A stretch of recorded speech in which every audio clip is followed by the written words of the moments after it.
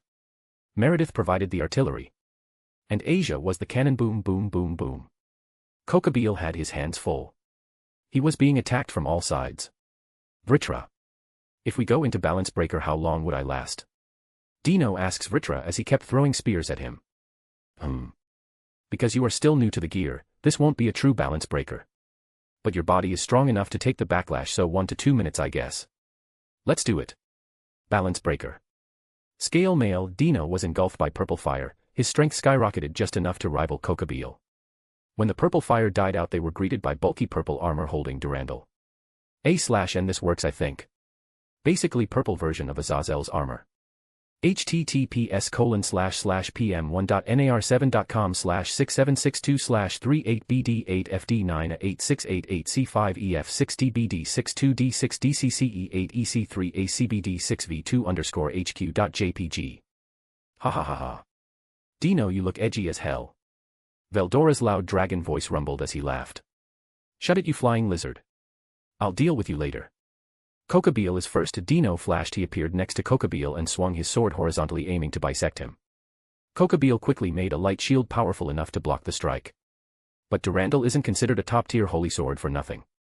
It was powerful enough to send Kokobel flying right where Kurama was waiting for him in his fox form, with a giant crimson fireball waiting for him. Bijadama. Boom. A flame explosion engulfed him. Nobody said anything. They waited for the smoke to clear, being careful not to let him escape. Do a sneak attack. The devils below could only watch helplessly. They were too weak to even interfere. When the smoke cleared, it showed a black ball surrounded by a dense yellow light barrier. CRRR, flap. The light barrier started cracking. Kokobel unfurled his wings, breaking it completely. He didn't escape that explosion unscathed. His wings and back were burned. He was late in making the barrier. My wings. My beautiful wings. How dare you dash? Boom boom boom boom. His monologue was stopped by Asia as she started her nail artillery barrage again. You call those wings beautiful? You need to check those eyes. Dino's wings are much prettier, black like the midnight sky. Yours is the same color as a crow that has been dumpster diving. Meredith yelled at him, but not stopping for a second with creating more nails for Asia. Nobody could tell thanks to the armor. But Dino's cheeks were bright red. He was blushing. You bitch. Bang. Slash. While his attention was on Meerdite, Valerie took another shot. Her blood bullet hit him in the thigh, cracking the bone. Misaka used her shadows to make a large gash on his shin. Whoosh! Dino appeared and swung his sword diagonally. Kokobel quickly made a light sword to parry it. But he was tired and injured. Durandal cut through the light sword and made a deep gash on Kokobel's chest. The only reason why he wasn't dead is because he jumped backwards, so only the tip of Durandal cut him. Just enough to land a scratch on his rib cage. But it was over. Even he knew it. He had lost. He took too much damage. His shoulder and thigh were pierced by Valerie. Misaka cut up his shin. Kurm burned his wings and back. And Dino just cut open his chest and he was quickly losing blood. Not to mention the mana exhaustion because of all the combined attacks he had to defend himself against. Crack! Dino's balance breaker broke apart. Veldora grabbed him so he didn't fall. Ah, I'm so tired. I could sleep for a month. Boom. MCPOV. Everybody turned to the golden pillar. More specifically the men inside the pillar and the sword that he was holding. Ha ha ha ha ha. You did it. You crazy bastard, you actually did it. Not only did you recreate Excalibur, you brought it back to its original strength. Not even he could do that. Once a holy sword is broken it can never be truly repaired to the way it was. Ha ha ha, father must be rolling in his grave. Kokobeel laughed like a maniac, completely oblivious to what he said. But everybody heard him. Fear gripped the hearts of Zenobia and Irina. I slowly came out of the pillar as the light started to die out. Damn, they really did a number on him. Kokobeel is on his last legs. Oops. I forgot that was a secret. Well, never mind, I'm starting a new war and this should fan the flames. In the Great War then the 4 Satans died, so did God. Kokobeel gleefully revealed the truth. Zenobia and Irina break down. They fall on their knees as tears stream down their eyes. That's a lie, Irina mumbled, that has to be a lie. No, they would have told us. Zenobia yelled at him. Kokobeel just chuckled when he saw their faces filled with despair. Would they? Angels need prayers so they can stay alive, and the system that made also needs prayers so it could work. To keep the secret. The illusion that God is just dead. The church and heaven have committed and covered up countless crimes. The Great War happened 600 years ago. How many crimes do you think they have committed? And they call us fallen evil. Kokobeel was taking great pleasure at twisting the knife in their chests. Well, most of you are crazy maniacs to rape and kill humans. No offense, Dino, Asia argued, she already knew about God dying. It made a lot of sense afterward. Asterisk yawn asterisk none taken. Why do you think I left? Dino casually said. But his eyes never left Kokobeel. Even while injured he was still a deadly opponent. They even sent you here as sacrifices. You knew this yet you still came. The church has always been good at brainwashing and training young children to die for their cause. He does have a point. But this has gone on for long enough. Fall back. I'll deal with him. He is already half dead. No need to allow him the chance to self-destruct and take one of you down with him. That was definitely something that he would do. Ah, here comes the great leader. Coming to finish off an injured opponent. Have you no honor? Kokobeel tried to stall for time. He was seriously injured, he stood no chance against me. But he is a member of Chaos Brigade. I wouldn't be surprised if those guys had a secret means of transport. I just raised my eyebrow at his pathetic attempt for scum like you. No. But you should be glad. You will be the first to die against the recreated Excalibur. Who knows? Maybe your death will start a war after all. Before Kokobeel could even say anything, my team cast a strong barrier around us. I raised the sword high above my head. I pumped power into the sword and a golden light burst from the sword. Kokobeel took one look at the barrier and knew that he wasn't going to be able to escape. So this is it. Killed by a holy sword in the hands of a devil. Oh, the irony, Kokobeel chuckled to himself. But I'm not going down without a fight. Kokobeel created a light sword with his one good arm and stood proudly before me. Sayonara. Kokobeel. Angel of the stars. May the light guide you home. I swung my sword and a golden light erupted that blinded everyone. Including me. When I could see again. Kokobeel was gone. No trace of him remained. #A/N. Something you guys can look forward to. Next chap, Aftermath, 5980 word count XD. Chapter 50, Aftermath. First of all, SR about the last chap didn't know fonts did that. I was so happy when they worked. It turned out they didn't. Second of all, I bring good and bad news. Which only affects me. Good news. The stupid virus is gone, and I'm feeling great. Bad news, I did a blood test just in case. The results weren't that good. I got some problems with my liver and thyroid glands, if I understood correctly. It's not permanent, but it is on the edge of becoming a permanent problem. That means no alcohol, I don't even drink that much. No fizzy drinks, cola, a lot, guilty as charged, no fatty food. A lot more vegetables and fruits, green tea, and some home remedies. Which sound disgusting, for example a spoonful of olive oil and lemon juice. A shot each morning. Oh, and I will have to be a lot more active. Normally, I don't have a lot of time in my day, 'cause of work and shit I have to do. Everything else is writing. Now I gotta squeeze in an hour and a half of exercise. Yep. Dark times are ahead XD. Anyway. Enjoy the chap. I changed something so the word count is 5850. Kokabeel was gone. No trace of him remained. A cadre. A man who had lived through the Great War. Disappeared without a trace. He did it. Rias said speechlessly. A cadre. Just like that, Sona mumbled to herself. All the devils nodded as well, not fully believing the scene in front of them. Finally the idiotic warmonger died. Bonsai, Dino yelled out in a lazy but happy tone. Seriously? Now. Meredith facepalmed for the umpteenth time. What? You are not the one who was forced to listen to him while he was sprouting bullshit to the younger fallen. He was doing it for years. I wanted to kill him ever since then. Never change Dino. Kurama shook his head at the laying Dino, but still. Excalibur is as impressive as the legends say. I have never seen so much holy power in one place. But then again, I haven't met any angels as well, so I don't really have anything to compare it to. I have. But still only commander-level angels. Excalibur dwarfs them in terms of holy power. I never thought of this before, but is there a level of purity? About the holy power, I mean. Like I would assume God's holy light is a lot stronger than everything else. And when Michael took his place, his wings turned golden. So his holy power should have gotten stronger, Isaiah mused out loud. Probably. I mean, my sacred gear definitely has more pure, holy power compared to some angels, Meredith nodded along. Meh, we will see that for ourselves when the angels come after us. We have Excalibur and Durandal. They won't allow that to happen. I'm quite looking forward to it, Veldora grinned. That was very impressive, Sona spoke up before walking closer to us, but she was still wary of the Excalibur in my hands. Rias and Co was behind her. Impressive. It was awesome. Gasper said enthusiastically, making Valerie chuckle as she came near him and started patting his head. Yeah dude.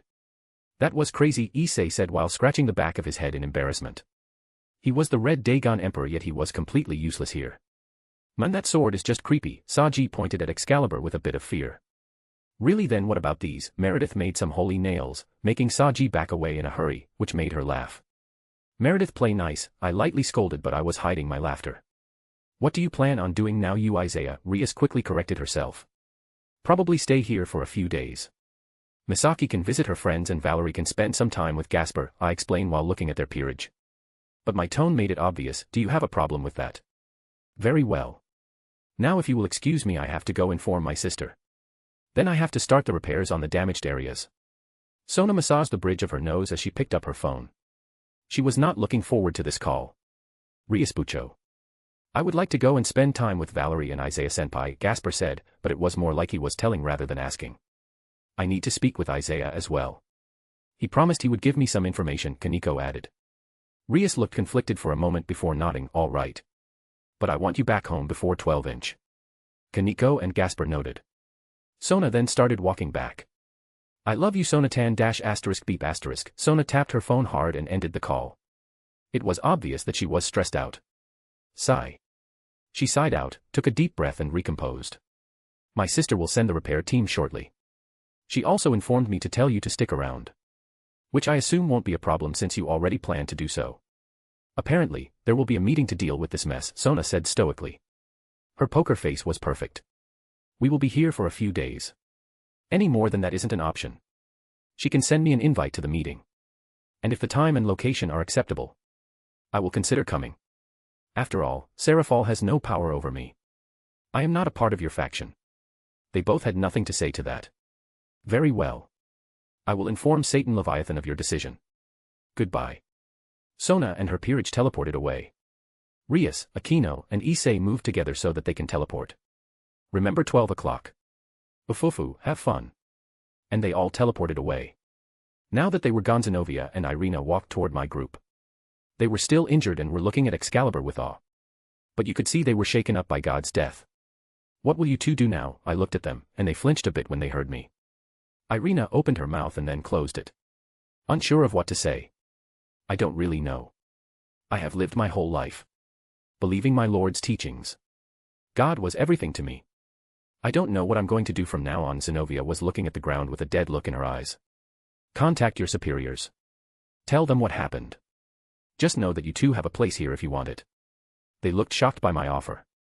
Like hell, I'm going to lose this opportunity. Both have pretty good potential. Zenovia obviously more. But I would love to have them on the team. Thank you for the offer. We will be leaving now. Zenobia took Irina's hand and started guiding her away. She was hit more heavily by the news. Kaneko and Kuroka. Kaneko walked to me and stopped. You said you would tell me the truth about my sister. I nodded to her. I did. I quickly make a sword and stab it in the ground. A barrier surrounded us. It blurred our bodies and our voices. To prevent eavesdropping. We can't be overheard now. Well, that's what Kaneko thinks. I made sure Kuroka can still hear us. Kaneko nodded. Can you explain now? Well, first of all, your sister didn't go crazy. The only reason you believe that is because you don't have a proper senjutsu teacher. What do you mean? Kaneko frowns at me. I have started learning senjutsu.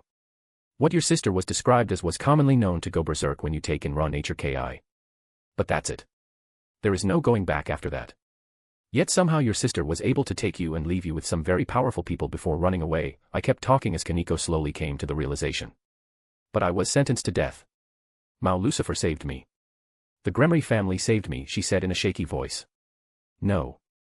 That was the deal that Kuroka made with them in the first place. She would be branded as a stray devil to protect you. Everything else was theatrics to make the devils look good. Which was so messed up. But. Well, they are devils. Not like you can expect anything else from them. They might look human.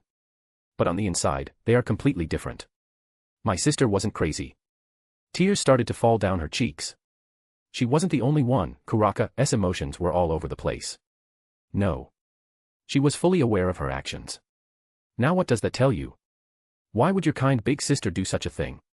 Kaneko looked down at the ground. Desperately going back to all the memories she avoided for years. But our master. He was kind and nice. The house of Rias is one of the worst houses in the devil faction. They are scum who experiment on anything they can get their hands on to make super devils. They were the ones who experimented on your sister. That's why she is so much stronger than ordinary devils, even if you exclude her Nikomata abilities.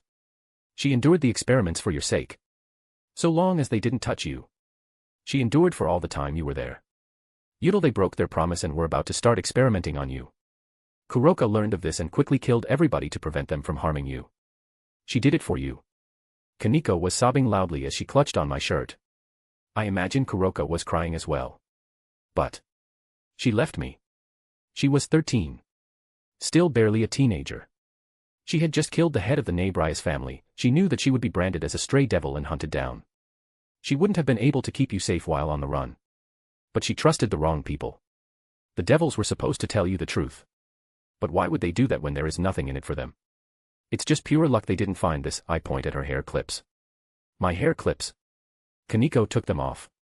In her palm were two black cat-themed hair clips. Digital sword, I call out a sword.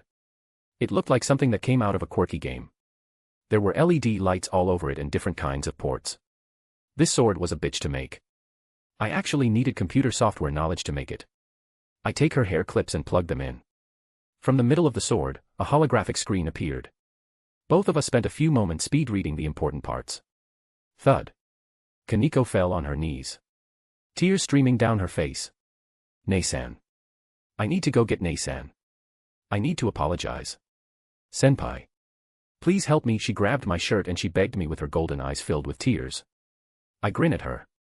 Good. 'Cause your sister's is already here. Huh. She looked at me with an adorable confused face. I pick her up. I could sense that Kuroka was panicking and preparing to run away. Nope. Whoosh. I appear in front of Kuroka as she turned around to run away. She was a mess. Her eyes were red and puffy from all the crying matching Kaneko's. Her kimono that shows off her large bust was slipping. She usually uses her sex appeal to distract her enemies. Hello, Kuroka. Fancy meeting you here. I grin at her. Sniff. You are a special kind of bastard, you know that, Naya. She glared at me, but there was no hate in her eyes. She was confused about why I am helping her. She turned to Kaneko. Her eyes changed to pure affection. Chiron. I missed you equals.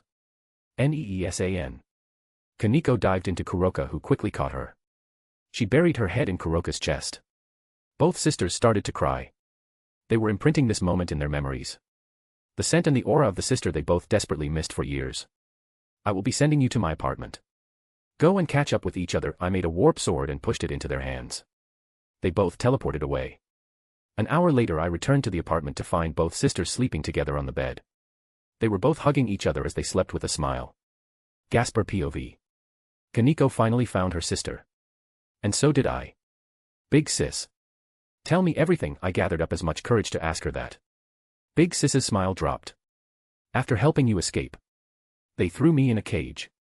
And put me in the deepest place in the castle. Tears were already gathering in my eyes. They starved me. Only giving me enough food so that I don't die. And they gave me blood each time they forced me to use my sacred gear. The little energy the blood gave me I lost when I used the gear. Asterisk drip. Drip asterisk. It just isn't fair. While I was feeling sorry for myself. Locked up in my room. Big sis was suffering all alone. Don't cry, Gasper. This is the world we live in. I had lost hope until he came. Isaiah Senpai. How did they save you? They never told me. I was unconscious after using my sacred gear, but Isaiah and Kurama attacked the convoy that was transporting me. They killed everyone and rescued me. Healed me up and fixed the problem with my gear. And for that, I will be eternally grateful to him. She is truly happy there. But there is more. You like Senpai, don't you? Sis quickly looked away. But the tiny blush on her pale cheeks is the proof. This is great. If two of the most important people in my life were to get together, I would be happy and satisfied with life. They deserve happiness. Senpai was like a brother to me. I'm happy for you. I truly am. I'm about to cry from happiness. Gaa-kun. Are you happy there? Rias's peerage, huh? Honestly, no. I am grateful that she took me in. But after Senpai left, everything turned bland. Rias and Akino are still playing high school girl. Kaneko was sad most of the time and I just kept training.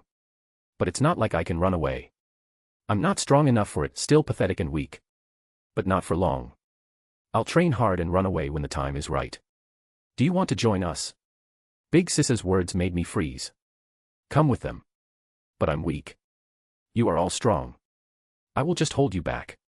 Sis only put her palm on my cheek. Misaka was just an ordinary human a few days ago.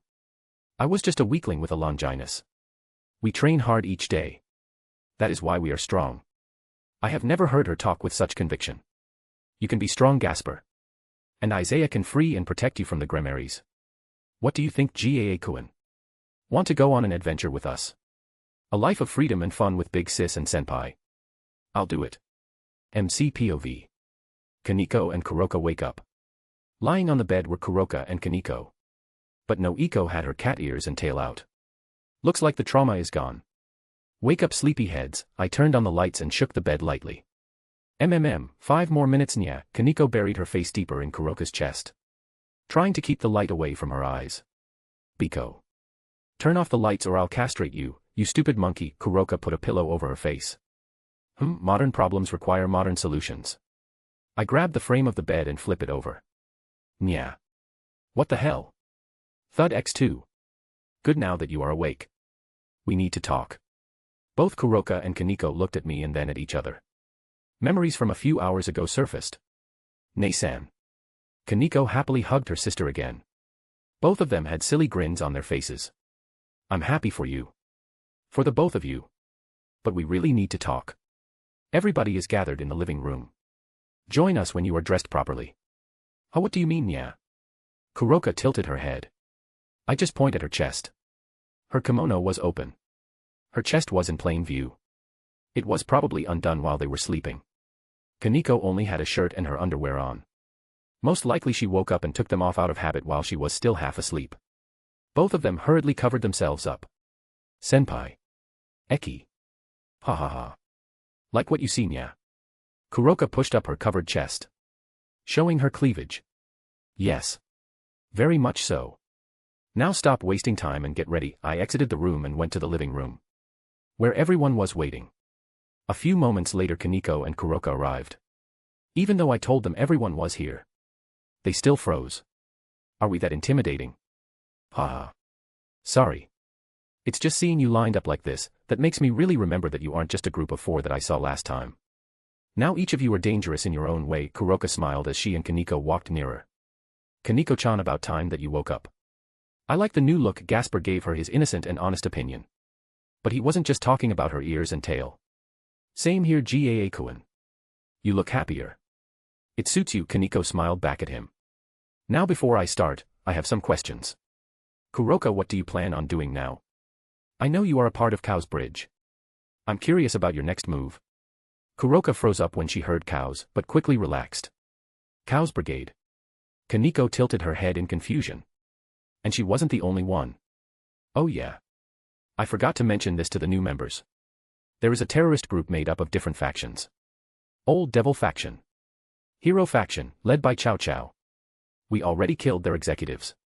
Clippeth Faction led directly by Razvium Lucifer and Nilrem, a bunch of magicians led by Euclid Lucifuge.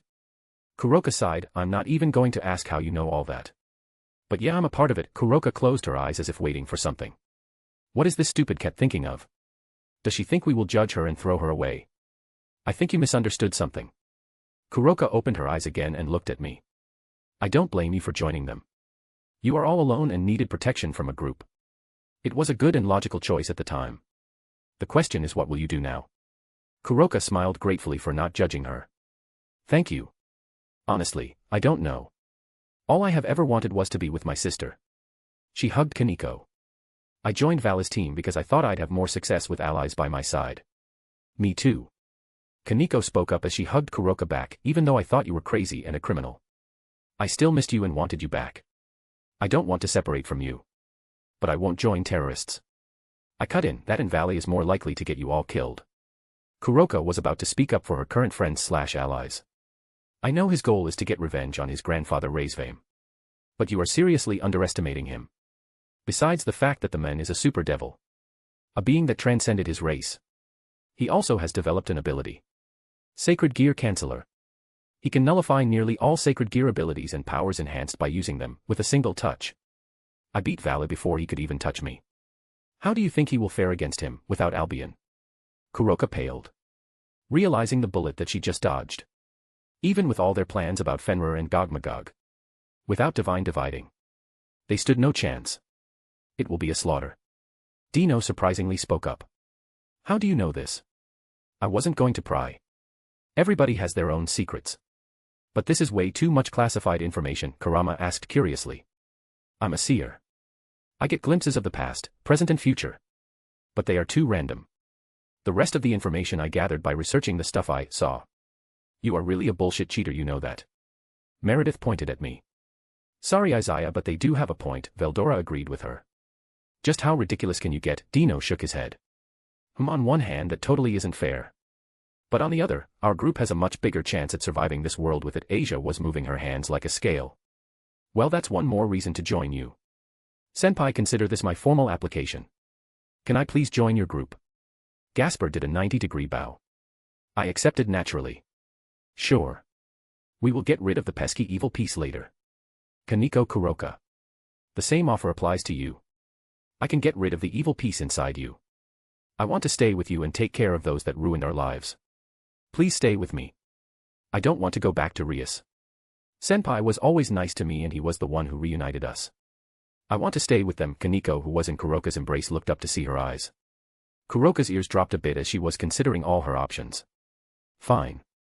I'll do it. I never want to separate from Cherno again. I'll join you guys.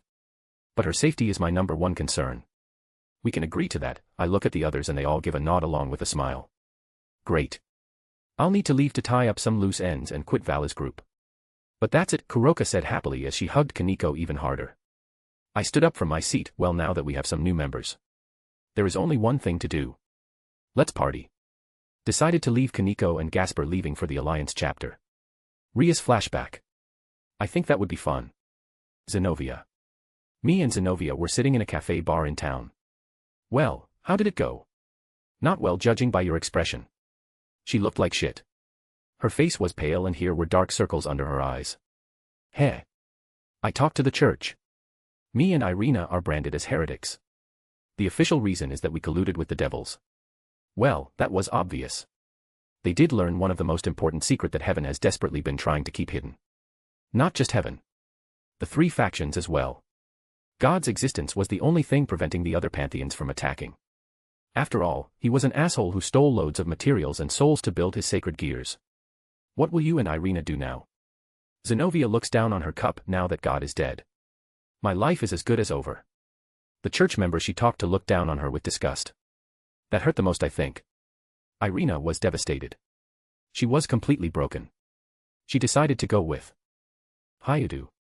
So there is a chance that she will become a devil. As for me, I'm hoping that your offer still stands. I pushed down the giddy feeling in my chest. I would gladly welcome you. But I'm curious, why didn't you become a devil? Zenobia smiled slightly at that. I did consider it. But then I thought of Isa Argento. She was a holy maiden that was exiled. Yet she stayed strong. She is a frail girl, who could only heal people, kept pushing forward. If it wasn't for my meeting with her, I might have become a devil out of sheer desperation. I would like to meet her, to apologize to her. To tell her that she was right and that her words saved me from committing a foolish mistake. /n motherfucking autocorrect. Just corrected committing to vomiting. This time I caught it. I smile lightly. Well then. Looks like talking to Asia will be first on the list. Because I doubt you would want to stay if she hates you. I pick up my phone and call Asia. What are you doing? Zenobia was caught off guard by this. Yes. Asia's voice was heard over the phone. Asia, it's me. I'm here with Zenobia. Do you have anything against her joining our group? Asia went quiet. Zenobia held her breath, waiting for Asia to reply. No. I have no reason to. I can't exactly blame a brainwashed and manipulated person. After all, I was just like her before you found me. I might not be friendly with her, but I have no problem with her being on the team. Hiya, Zenobia let go of the air she kept trapped in her chest. Asia. Thank you. I deeply apologize for my behavior towards you. I promise I will make it up to you, Zenobia says as sincerely as possible. I see. In any case, welcome to the team. We will see each other soon. Asia cuts the call. Zenobia looks at me with a worried expression. Did I make her mad? Nope, you embarrassed her. Good going, by the way. She never expected anything back. So you scored yourself some goodwill there. Oh, thank God, Zenobia lets out a relieved sigh before frowning. That will take some time to forget. Force of habit. I chuckle at her. Don't worry about that. It's just an expression. Even if he is dead. It doesn't mean you have to stop using that word. Hell, even I use them. Mostly because I find it hilarious. A devil like myself saying oh my God.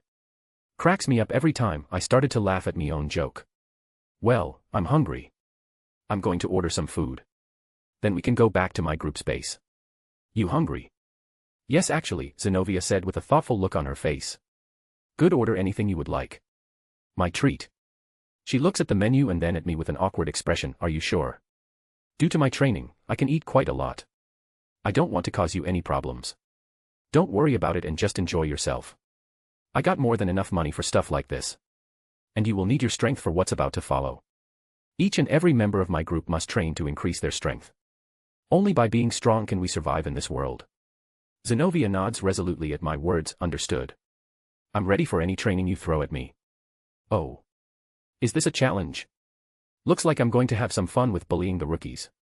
We will see about that. Brrrr. Why did I shiver right now? And what is this feeling of impending doom? Zenobia looked at me warily. It's just your imagination. I smile back at her. This is going to be fun. Underworld. Riser POV. Bored. I'm so freaking bored.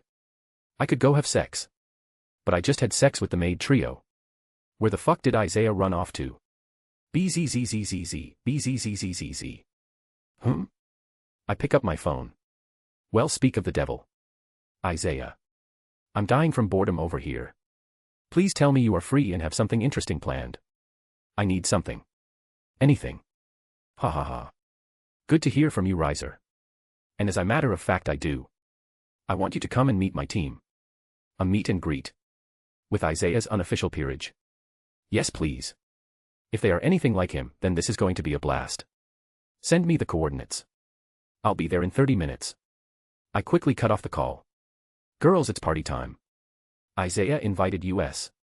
Kukuru Mountain. We were all on the mountain. Including our new additions. Zenobia. Gasper. Kaneko and Kuroka. Kaneko and Kuroka felt uncomfortable on the mountain. We will be moving soon anyway. A large orange teleportation circle formed on the ground. A giant flame rose from the ground. Isaiah. How are you? Whoa. This place is freaky. Riser stopped mid-sentence as he felt the negative energy on the clearing we were on. This place feels off, like negative energy is culminating here, and I and Lias Nikomata sensed a lot more than the rest. Very good Naya, Kuroka showed up surprising the girls. Kuroka S-rank stray devil. What are you doing here? Yubaluna stepped in front, informing everybody about who they were going to be facing. Relax. She is with me. Eh? Isaiah, isn't that Rias's rook? What is she doing here? Riser said in surprise. Kaneko was still wary of him. But she knows he is my friend, so she kept quiet. Long story short, she found out that the Satans were lying to her and decided to join me. But more about that later. Let me introduce you to everyone. Whoosh. My team arrived. They just finished setting up a new ward array. I'll start from the order they joined me. I pointed at Asia. Asia Argento. A former nun. She can break you into pieces and then heal you up so that she can do it again. So I don't recommend pissing her off. A pleasure. Asia did a small bow with a smile that said, try anything with me and you are dead. This big guy is Veldora Tempest. The Storm Dragon. Ha ha ha. That's right. I am also Isaiah's sworn friend. Any friend of his is a friend of mine. Veldora gives them a bring smile. Oi. Isaiah is my best friend, Riser yells out with a playful smile. Children argue later. This lovely lady is Valerie Teeps. Yes, that Teeps. She is a damper who could burn you alive. So be careful. Valerie gives a small nod to all of them, which threw them off a bit. Next we have Meredith Ordenton. She is a support magician but has a short temper and uses nail guns for people she doesn't like. Holy nails, by the way. Hello. Keep your eyes to my face and we will have no problems. Meredith smiled brightly at him. If you don't, I'll nail gun your balls to the floor. I don't think your regeneration will help with that. Gulp. Got it. Riser stepped back a bit. ZZZZZZZ. This lazy bum is Dino. You can ignore him. Meredith did the introduction for me. ZZZZZZZ. Next up we have me. Kurama stepped forward. His base aura had them sweating. But he quickly stopped and grinned at them. Sorry. Couldn't resist. As I was saying, Kurama is a fox yokai. So he loves to mess with people and is hella strong. He is the second strongest after me. They gave him a nod but were still freaked out by his aura.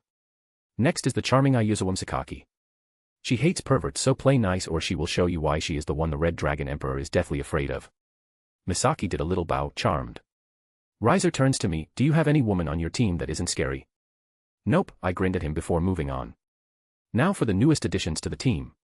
Riser froze as his jaw dropped. Are you serious? I understand the blue-haired girl. But them. I thought they were guests. What about Rias? Me and Kaneko left her peerage. Gasper said calmly. How? Why? Riser's brain was having trouble keeping up. Not that I blamed him. The Gremory never traded pieces. Never. They need to keep up the reputation that they care about their servants. We had a little falling out. Oh, and I still don't like you. But you are Isaiah Senpai's friend. So welcome, Kaneko said blankly. Riser just pointed a shaking finger at her. Isaiah, what kind of mindfuckery is this? She didn't even insult me once. Am I getting punked? He started to turn, looking for hidden cameras. Nope, this is real. Since you already know Kaneko and Gasper. The last member is Zenobia Quatra. She is a muscle-headed swordswoman. A blue-haired version of Calamare. Riser nodded to himself. Totally understanding my predicament. Heyy, Zenobia and Calamare protested, but everyone ignored them since it was true. Now for you guys. As you know by now, this is Riser Phoenix. The third son of the Phoenix family and a good friend of mine. A pleasure to meet you all. Riser let out a low chuckle. Yubaluna his queen. Ravel Phoenix his sister who is his bishop. Maihi the other bishop. Calamare and Cirrus the knights. Isabella and Shuelon. Lee and Nai, the lowly sister pawns. Ni and Lee, the cat sister pawns.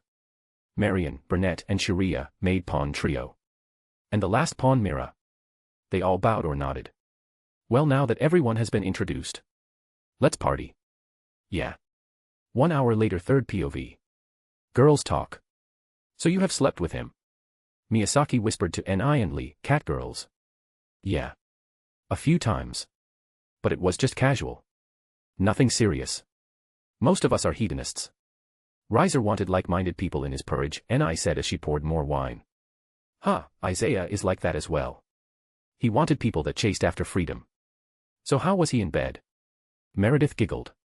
Asia, Misaki, and Valerie perked their ears up. Kaneko and Kuroka were listening from a distance. It was one dash. And the gossip continued. Guy talk. So you blasted apart a cadre with the most legendary sword in history. Nice, Riser nodded a few times. Yep. It was freaking awesome, Dino exclaimed loudly while swaying. Wild meat works fast. Correct. My sworn friend erased him from exists. Veldora slurred. Existence. He drank another glass all the way to the bottom. And there it to the ground. Crash. Another. Stupid lizard. Don't drink if you can't hold the alcohol. Kumara was drinking sake from his oversized cup. It was bowl-shaped like a sake cup.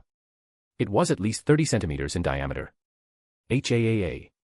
You say something to me. Veldora started to shift. Yes, you are a terrible drun dash, Kurama froze. Ding ding ding ding. Incoming. Me and Kurama yelled out, while Kuroka was dashing towards Kaneko. We all noticed it at the same time. Boom. A large object fell on the earth from the sky. The team was already in battle position. So were the others. I finally made it, a woman's voice was heard from the dust cloud. Veldora got goosebumps from the voice. He started to sweat heavily. Velodra, what's wrong? Kurama yelled out. The dust cloud cleared and it showed a big blue western dragon. Ah! It's the old hag. Run for your lives. Veldora yelled out at the top of his lungs before changing into his dragon form. I will hold her off. Remember my sacrifice, my friends. Now are you dash bam. Tiamat smacked Veldora on the head so hard that he was buried in the earth. You brat. Still as dramatic as ever I see, as soon as she said those words. Tiamat shrunk down to her human form. Tiamat. Long time no see. Last I saw of her we fought until we dropped. Isaiah, you are a hard man to find, Tiamat says with a grin. Huh? Why were you looking for me? Do you want to have another fight? Isaiah poured her a glass of wine and one for himself. Tiamat took the glass. Isaiah said nothing and started drinking from his. No, I came here to claim you as my mate. Cough cough, Isaiah started choking, the wine went in the wrong pipe. Crack, Valerie crushed the glass in her hand. Ravel, Asia, and Meredith just stood there speechlessly. What? Isaiah yells at the top of his lungs. Chapter 51, Fight for Dominance. If you want to read ahead or just support me, go check out my Pat. There are a lot of fics and ideas there. There is no paywall. Every single one of these fics and chapters will be released eventually. But if you don't want to wait or just want to support me, check out the Pat.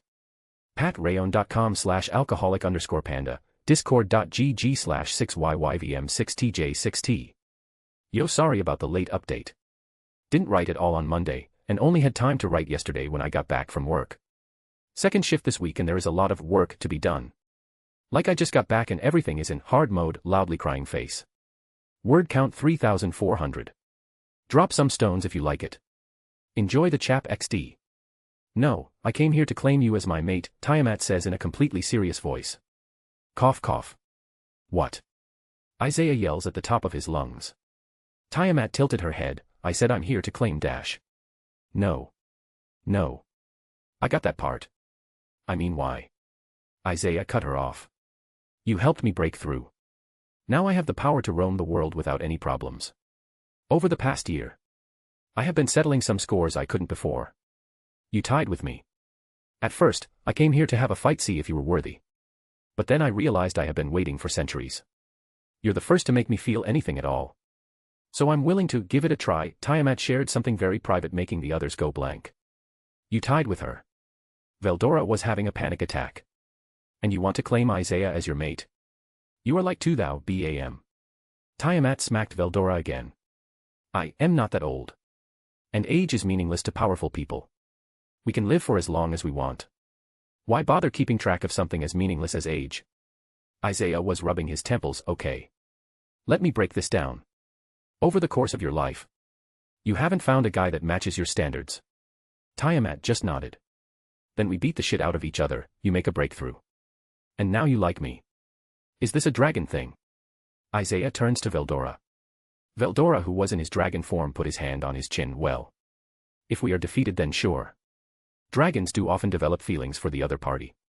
But their personality also matters, so it's not like we definitely fall in love. You guys tied, so the hag should just look at you in a positive light. But I guess she is desperate due to old age, bam. Veldora was once again smashed into the ground. Another word from you, brat, and I'll rip out your tongue. Bam, Tiamat hit him again, burying his head even deeper. I'm so glad I came here. Riser had a billion-watt smile. The boredom is definitely gone. I'll tell you that. Anyway. You don't have a choice. We fight now. Everything else will be decided afterward. Tiamat shifted into her dragon form. Isaiah, Kurama stood next to me. No. You and the rest back away. This is my fight. Mate or not. That will be decided after the fight. And I have been looking forward to a rematch with her. Kai. Isaiah grinned as he turned off all the swords he uses for training. Boom. His power started to flow. Boom. Tiamat let her power flow as well. Isaiah then froze. Fuck. We are definitely going to blow up this mountain. Tiamat. We are moving the location of this fight. This mountain belongs to Kurama. And I don't want to blow it up. Tiamat stops her next step. Fine. Where would you like to fight? One of those empty areas in the underworld. The ones that are deemed too dangerous to enter. We should have some privacy there. I already left some markers there. So we can just teleport to that location. Tiamat nodded and Isaiah made a huge teleportation circle. As there was no need for him to hide anymore using the teleportation swords. Underworld. Everyone. Back away. And make the strongest barriers you possibly can. Isaiah commanded as he started walking forward. Got it. Kurama transformed into his fox form and slammed his palms together. Senjutsu. Crimson barrier formation. He slammed his palms and tails into the ground. His crimson foxfire started to spread, making a giant cube around Tiamat and Isaiah. Everyone. Grab a tail near the barrier and pump your power into it. Kuroka, especially you. I need more Ki here. Kurama yelled out and everyone complied. Each grabbed one of his tails where it was connected to the barrier. And started to pump more power into it. Strengthening the barrier. Just in time for the fight to start. Balance breaker, Isaiah called out. A short sword appeared in his hand. The sword had a red gem on the guard and a short chain on the end of the hilt. Incursio. Golden light surrounded Isaiah. When the light faded, there was Isaiah wearing golden draconic armor. It looked like a slimmed-down version of scale mail. But his golden wings were huge. Easily twice his height. Ha ha ha ha. You didn't have this the last time we fought. Tiamat said in excitement, her power exploding outward. The situation isn't that much different. You are still stronger than me. But you have spent this year, solidifying your power. Transcended, super, class is a whole different level when it comes to the quality and quantity of one's power. But you have barely begun to understand your new power. While I have made great improvements over mine. Isaiah took a deep breath. I am the bone of my sword. As soon as those words echoed, Riser's peerage paled. Oi, oi. Is he serious? Dino yelled out. Steel is my body, fire is my blood. He has a freaking drive, nya. Kuroka exclaimed, what are we still doing here? I hate to say it. But the cat has a point. Veldora sweat dropped as he felt Isaiah's aura and Tiamat responded by raising hers. Riser-sama. Can we run away now? One of the maids said in a terrified voice. I have created over 1,000 blades. If this barrier fails, there is no safety for any of us.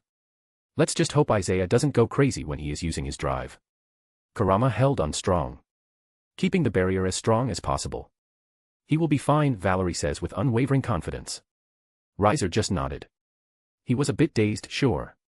Yeah. Just sit here while my best friend is going nuclear. What could go wrong? Unknown to death, nor known to life.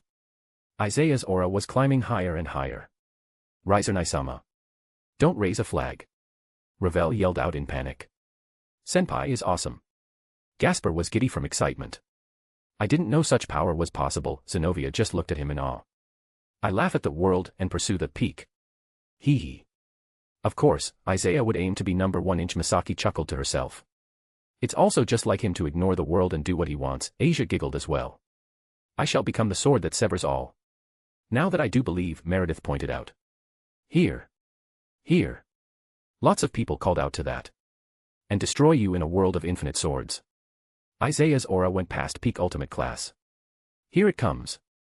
Kurama yelled out. Unlimited blade works. Boom. A white sphere spread out with Isaiah at the center. It was fast and could not be blocked. In a second everyone was engulfed. When their senses came back, they found themselves in a different space. A battlefield filled with swords stabbed into the ground. There were craters and patches of blood on the ground. The sun was setting. The sky filled with clouds was a beautiful orange-red color.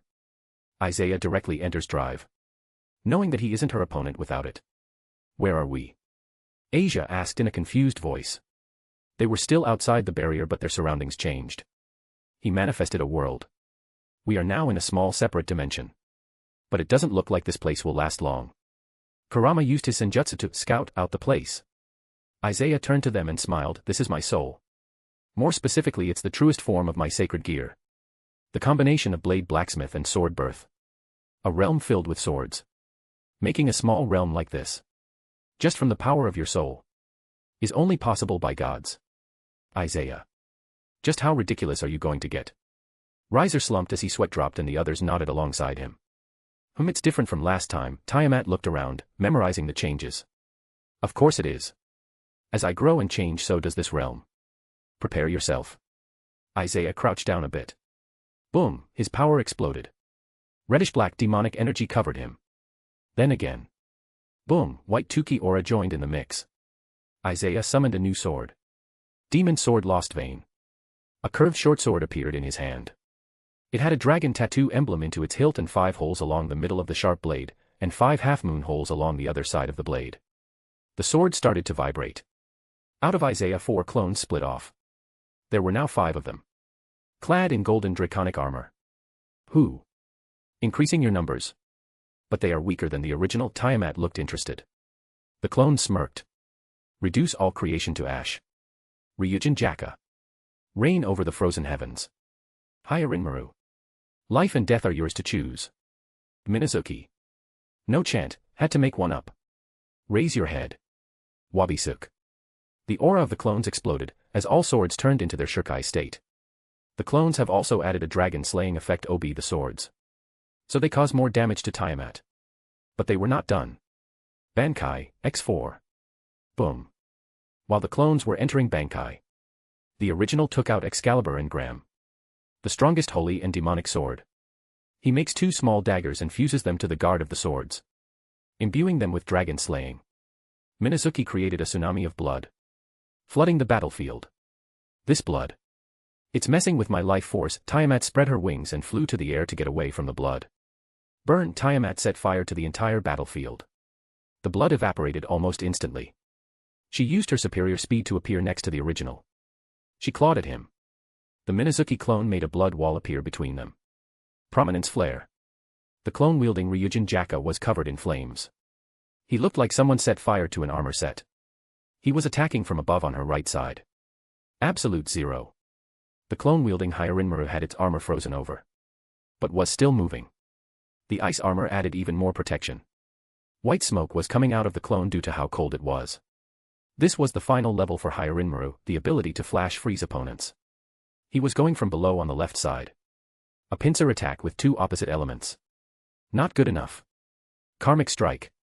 Golden fire formed around her claws. She struck at the 2 clones. But she missed it. Splat X2. The 2 clones landed the attacks, burying the swords into Tiamat. One was burning her, the other was freezing her, making her roar in pain. But how? I blocked it. Tiamat roared out angrily. She twisted and hit the 2 clones with her tail, sending them flying.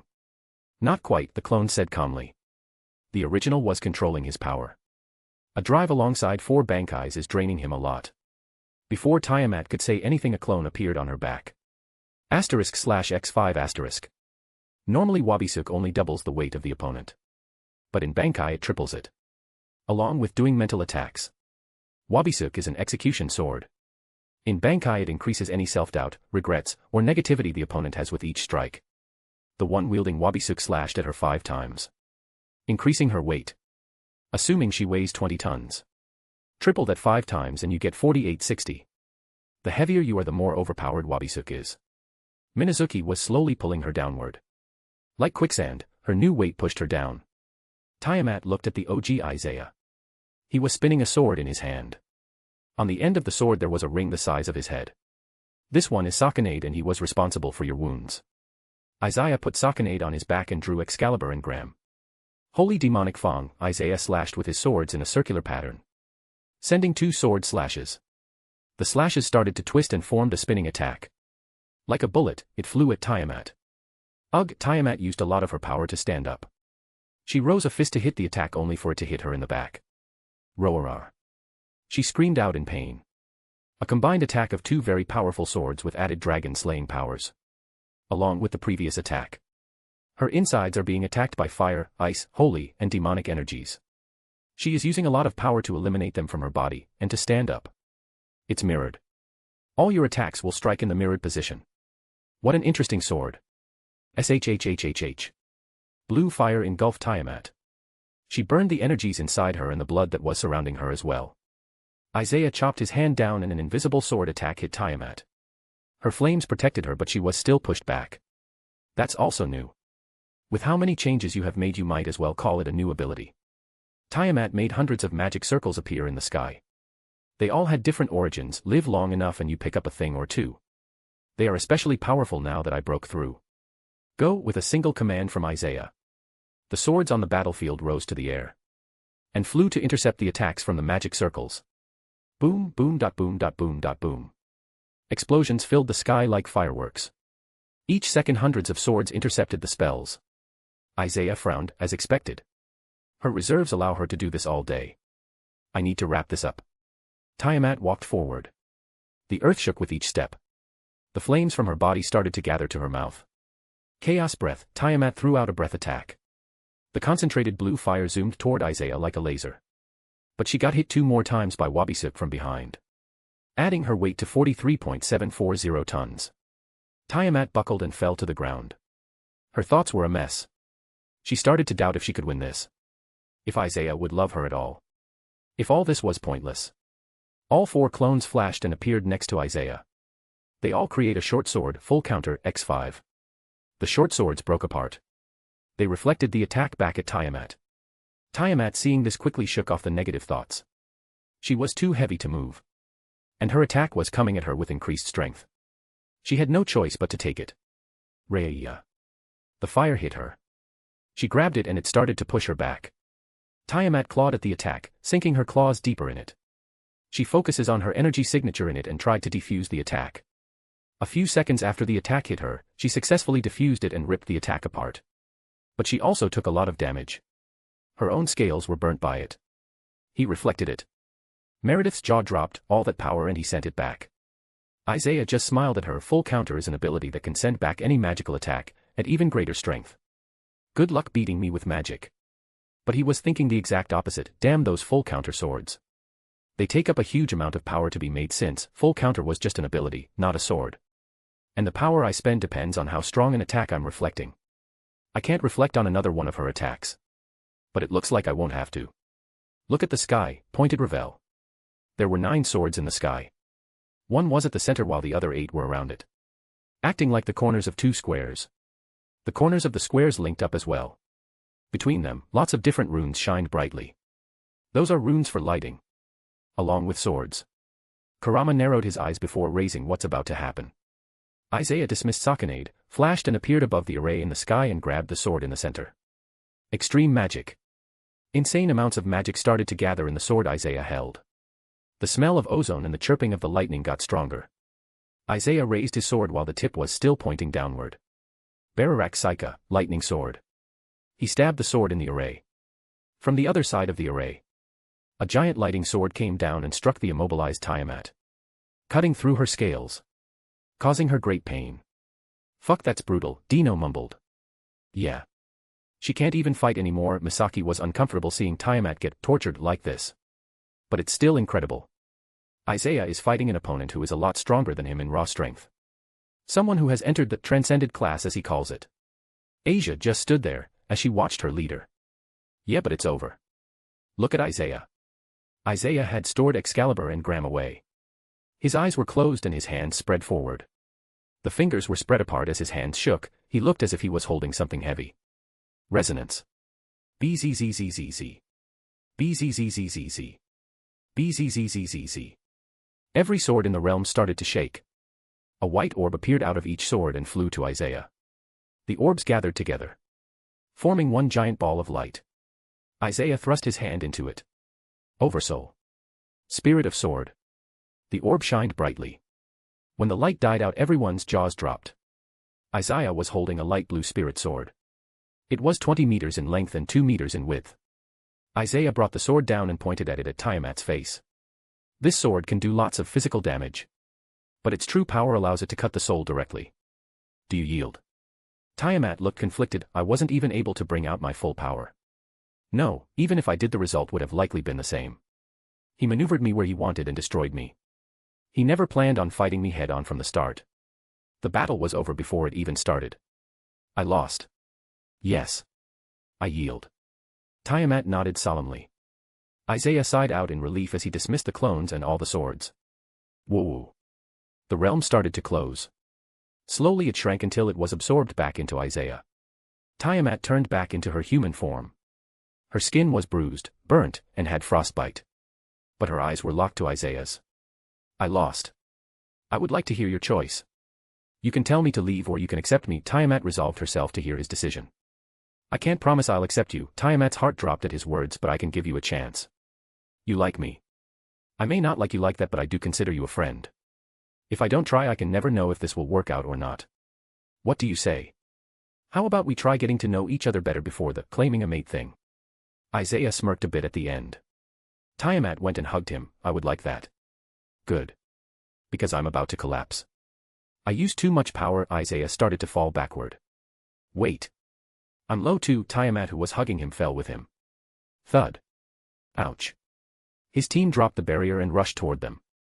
When they arrived, Asia and Valerie started to heal them.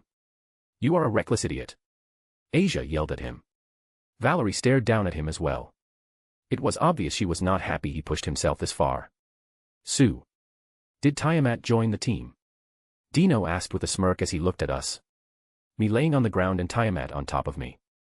Her injuries were bad, so they didn't move her. Well, did you? I asked Tiamat, who was smiling. Yeah. I think I would like that. Balodra paled. Ha ha ha. Seeing his expression, Karamara laughed, then smacked him on the back, making him stumble. Continue the party. Karama grinned at me. Of course. Get the drinks. Let's get this party started again. Meredith yelled out happily and the others cheered. Another member joins the team.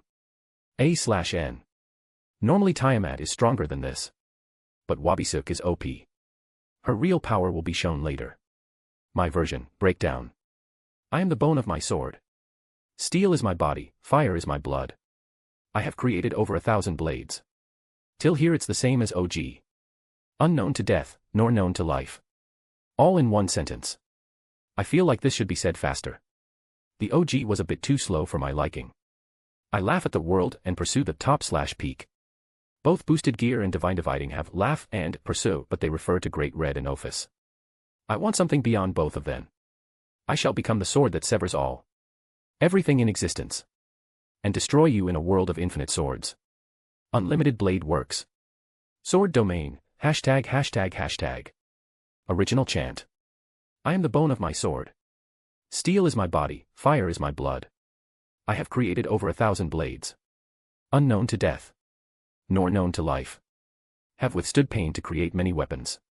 Yet those hands shall never hold anything. So as I pray. Unlimited blade works. Drake. I, who am about to awaken, am the heavenly dragon who has stolen the principles of domination from God. I laugh at the infinite, and I fret over the dream. I shall become the red dragon of domination. And I shall sink you to the depths of the crimson purgatory. Albion. I, who am about to awaken, am the heavenly dragon who lost all to the principles of supremacy. I envy the infinite, and I pursue the dream. I shall become the white dragon of supremacy. And I shall take you to the limits of innocence. Chapter 52, 3-Faction Meeting. If you want to read ahead or just support me, go check out my Pat. There are a lot of fics and ideas there. There is no paywall. Every single one of these fics and chapters will be released eventually. But if you don't want to wait or just want to support me, check out the Pat. Patreon.com/alcoholic_panda, discord.gg/6yyvm6tj6t. Word count 4,400. After the whole Kokabeel fiasco, the 3 factions decided to hold a meeting in Kuo Academy. Guess who got an invitation? Azazel told me I was invited as a leader of a group filled with strong individuals. Not as some grunt to go give a report. He was treating me as a separate faction. Smart guy. Things would have gone hostile if the devils tried to order me around. Thanks to our appearance in Kyoto, they know we are more than 4 people. They probably want me there to hear my side of the story. Maybe even bully me into their alliance. Considering I have Excalibur and Durandal. The church and heaven won't sit quietly. But if they think they can threaten me, they have another thing coming. And why the hell did they choose Kuo Academy? Neutral ground my ass. We could have gone anywhere else. A freaking penthouse would do. We all sit on the top of the penthouse and all their mob army defends us. Those stupid siscons wanted their sisters involved. So they can get some good publicity. Being present on a historical moment like the alliance forming. Yeah, can't really get better publicity than that. Team meeting. Okay, I just got a call from Azazel. He called me about the thing Sona was talking about. The 3 factions are having a peace meeting. Officially is just a meeting to talk about Kokabeel and that whole mess. I skip right to the most important details. And since you were the one who killed Kokabeel, with a legendary sword at that. They want to ask some questions, Meredith noted along. Do you need me there? I could help fight off the pressure. I have been planning to quit as the referee in the rating games. My debt to Ajuka is already paid. I just continued for added benefits. Tiamat offered. Since she was now transcended / superclass. If she showed up, they would know my faction has some serious backing. Which reminds me.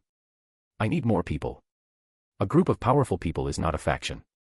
They are nothing more than terrorists. A faction means a lot more. Having members, sources of income. Making trades with other factions, and much more. But I got the base covered. Without the pre-required strength. We would have been eaten alive out there in the real world. Now that we can defend ourselves. It's time to grow and expand. We will travel the world. Seeing the sights, gathering people, and funds. But that will take time. And it's not like I'm in a hurry. As funny as that would be. There is no need. They can stop me if I want to run away. So there is little danger for us there. But you can still quit if you want. There was really no need for her to waste her time with the devils. Okay. So who will you be taking? Valerie asks me. I won't be taking you with me, Valerie. It's too risky. You are a lifeline. Sending you on the front lines is not a smart idea. Only Dino, Veldora, and Asia will come with me. The rest can hang out in Karama's mountain or at Tiamat's cave. I'm fine with that, Asia nodded. But I'm guessing it's because she is going to be having a few words with the heaven representative. Good luck, Michael. A meeting with the most powerful people in the biblical faction. How exciting, Veldora grinned brightly. I'm going to see my old man. What a drag. Dino slumped even further on his seat. The rest can start training. Gasper, I have already sealed your sacred gear. So there is no worry about it going out of control. You can train to your heart's content. Got it. Gasper saluted. Kaneko, Kuroka. I have given you the same swords as Karama. More or less. He is staying with you so you can ask him for tips. Kuroka can guide Kaneko better as you are sisters.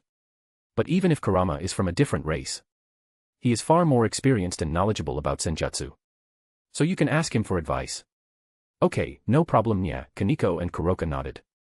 Zenobia, you and Misaka can train your swordsmanship and stamina. Since you are both human and swordswoman. Your training is more or less the same, both of them nodded. Good. The meeting is about to start. Asia, Veldora, Dino, you guys can head on without me. I need to make a pit stop in the underworld. Why do you need to go to the underworld? Kaneko tilted her head, the rest of them were also curious. Seeing their faces, I couldn't help but grin, to pick up our next member, of course. Meeting. Kuo Academy. There were 5 chairs on the table. One of them was empty. Surzex and Seraphil on one side. Behind them were the Graphia, Sona with her peerage and Rias with her peerage. With her new knight Irina. Michael sitting alone with Griselda Quarta behind him. And Azazel with Valley, who was behind Azazel but he had his back against the wall. He is late, Seraphil grumbled as she tapped her foot on the ground. He will be here soon, and there is still time before the meeting starts, Azazel says without a care in the world. It's still common courtesy to arrive earlier at a meeting. And why did we give him a seat? Surzex frowned, not understanding why someone like Isaiah is sitting on the same level as them. The devils behind them were feeling awkward. That guy is a bit troublesome. I don't want to get on his bad side. If you antagonize him, that's your problem. But leave me out of it, Azazel says casually while waving his hand. The other leaders were surprised by this statement. What could have Isaiah done to get Azazel value him so highly? Hey Sona Citri. Something has been bothering me. Why is the sacred gear signal on your pawn different? Azazel looked at Saji, more specifically, looking at his soul. Saji shivered. He felt like a test subject on a table ready to be cut open. Really Sona-chan? Said Seraphal in her business tone. She couldn't play around here. I made a deal with Isaiah. One sacred gear for another. We got Starling Blue in exchange. Sona lifted up her glasses making them flash. This information surprised the others. Really? Michael said in a surprised tone. Who? And it was done without any consequences to the host. Azazel leaned forward, excited about the news. Sona nodded. So he has a way to take out or exchange sacred gears with no harm done to the user. Man, that kid is getting more interesting by the minute. Azazel laughed as he leaned back on his chair. Thinking about how to convince Isaiah to do some experiments on sacred gear with him. Yeah. Interesting. Surzex and Seraphal glanced at each other. Isaiah was getting more troublesome. By the way. Valis spoke up. Where is the rest of your peerage Rias Gremory? I have heard rumors of a vampire that can stop time. Is he here today? Azazel just facepalmed. Man, this kid has no tact. Only revenge and battle are on his mind. Is he gay?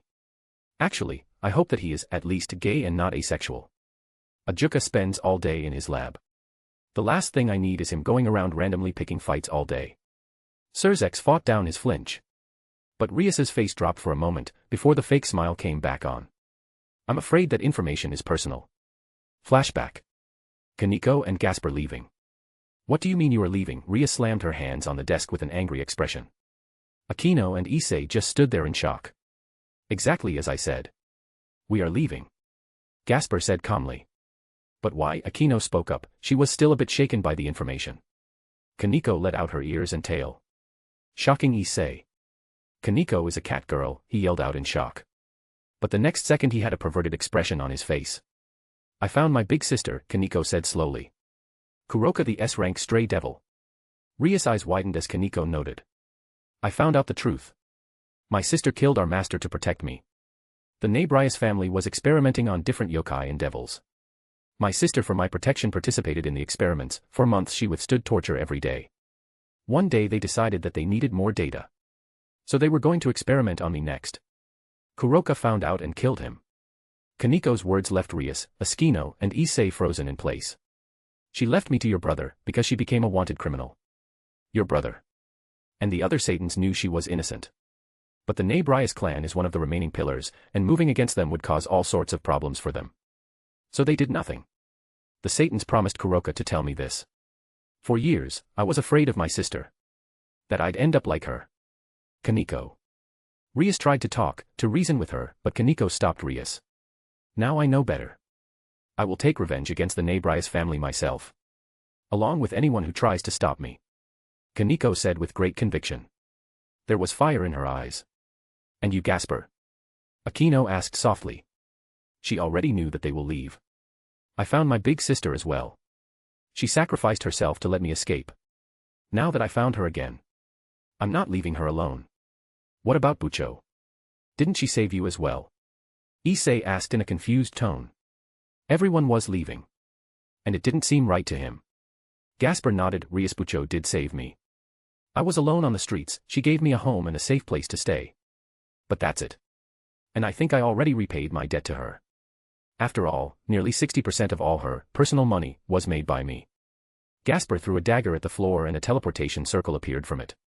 A silver magic circle with a broadsword in the middle. It had wings coming out of the handle. The Sword of Freedom. A second later Isaiah appeared in the ORC. Kiba. Issei yelled out, making everybody grimace from his loud voice. Man, not here even 1 second and you are already yelling.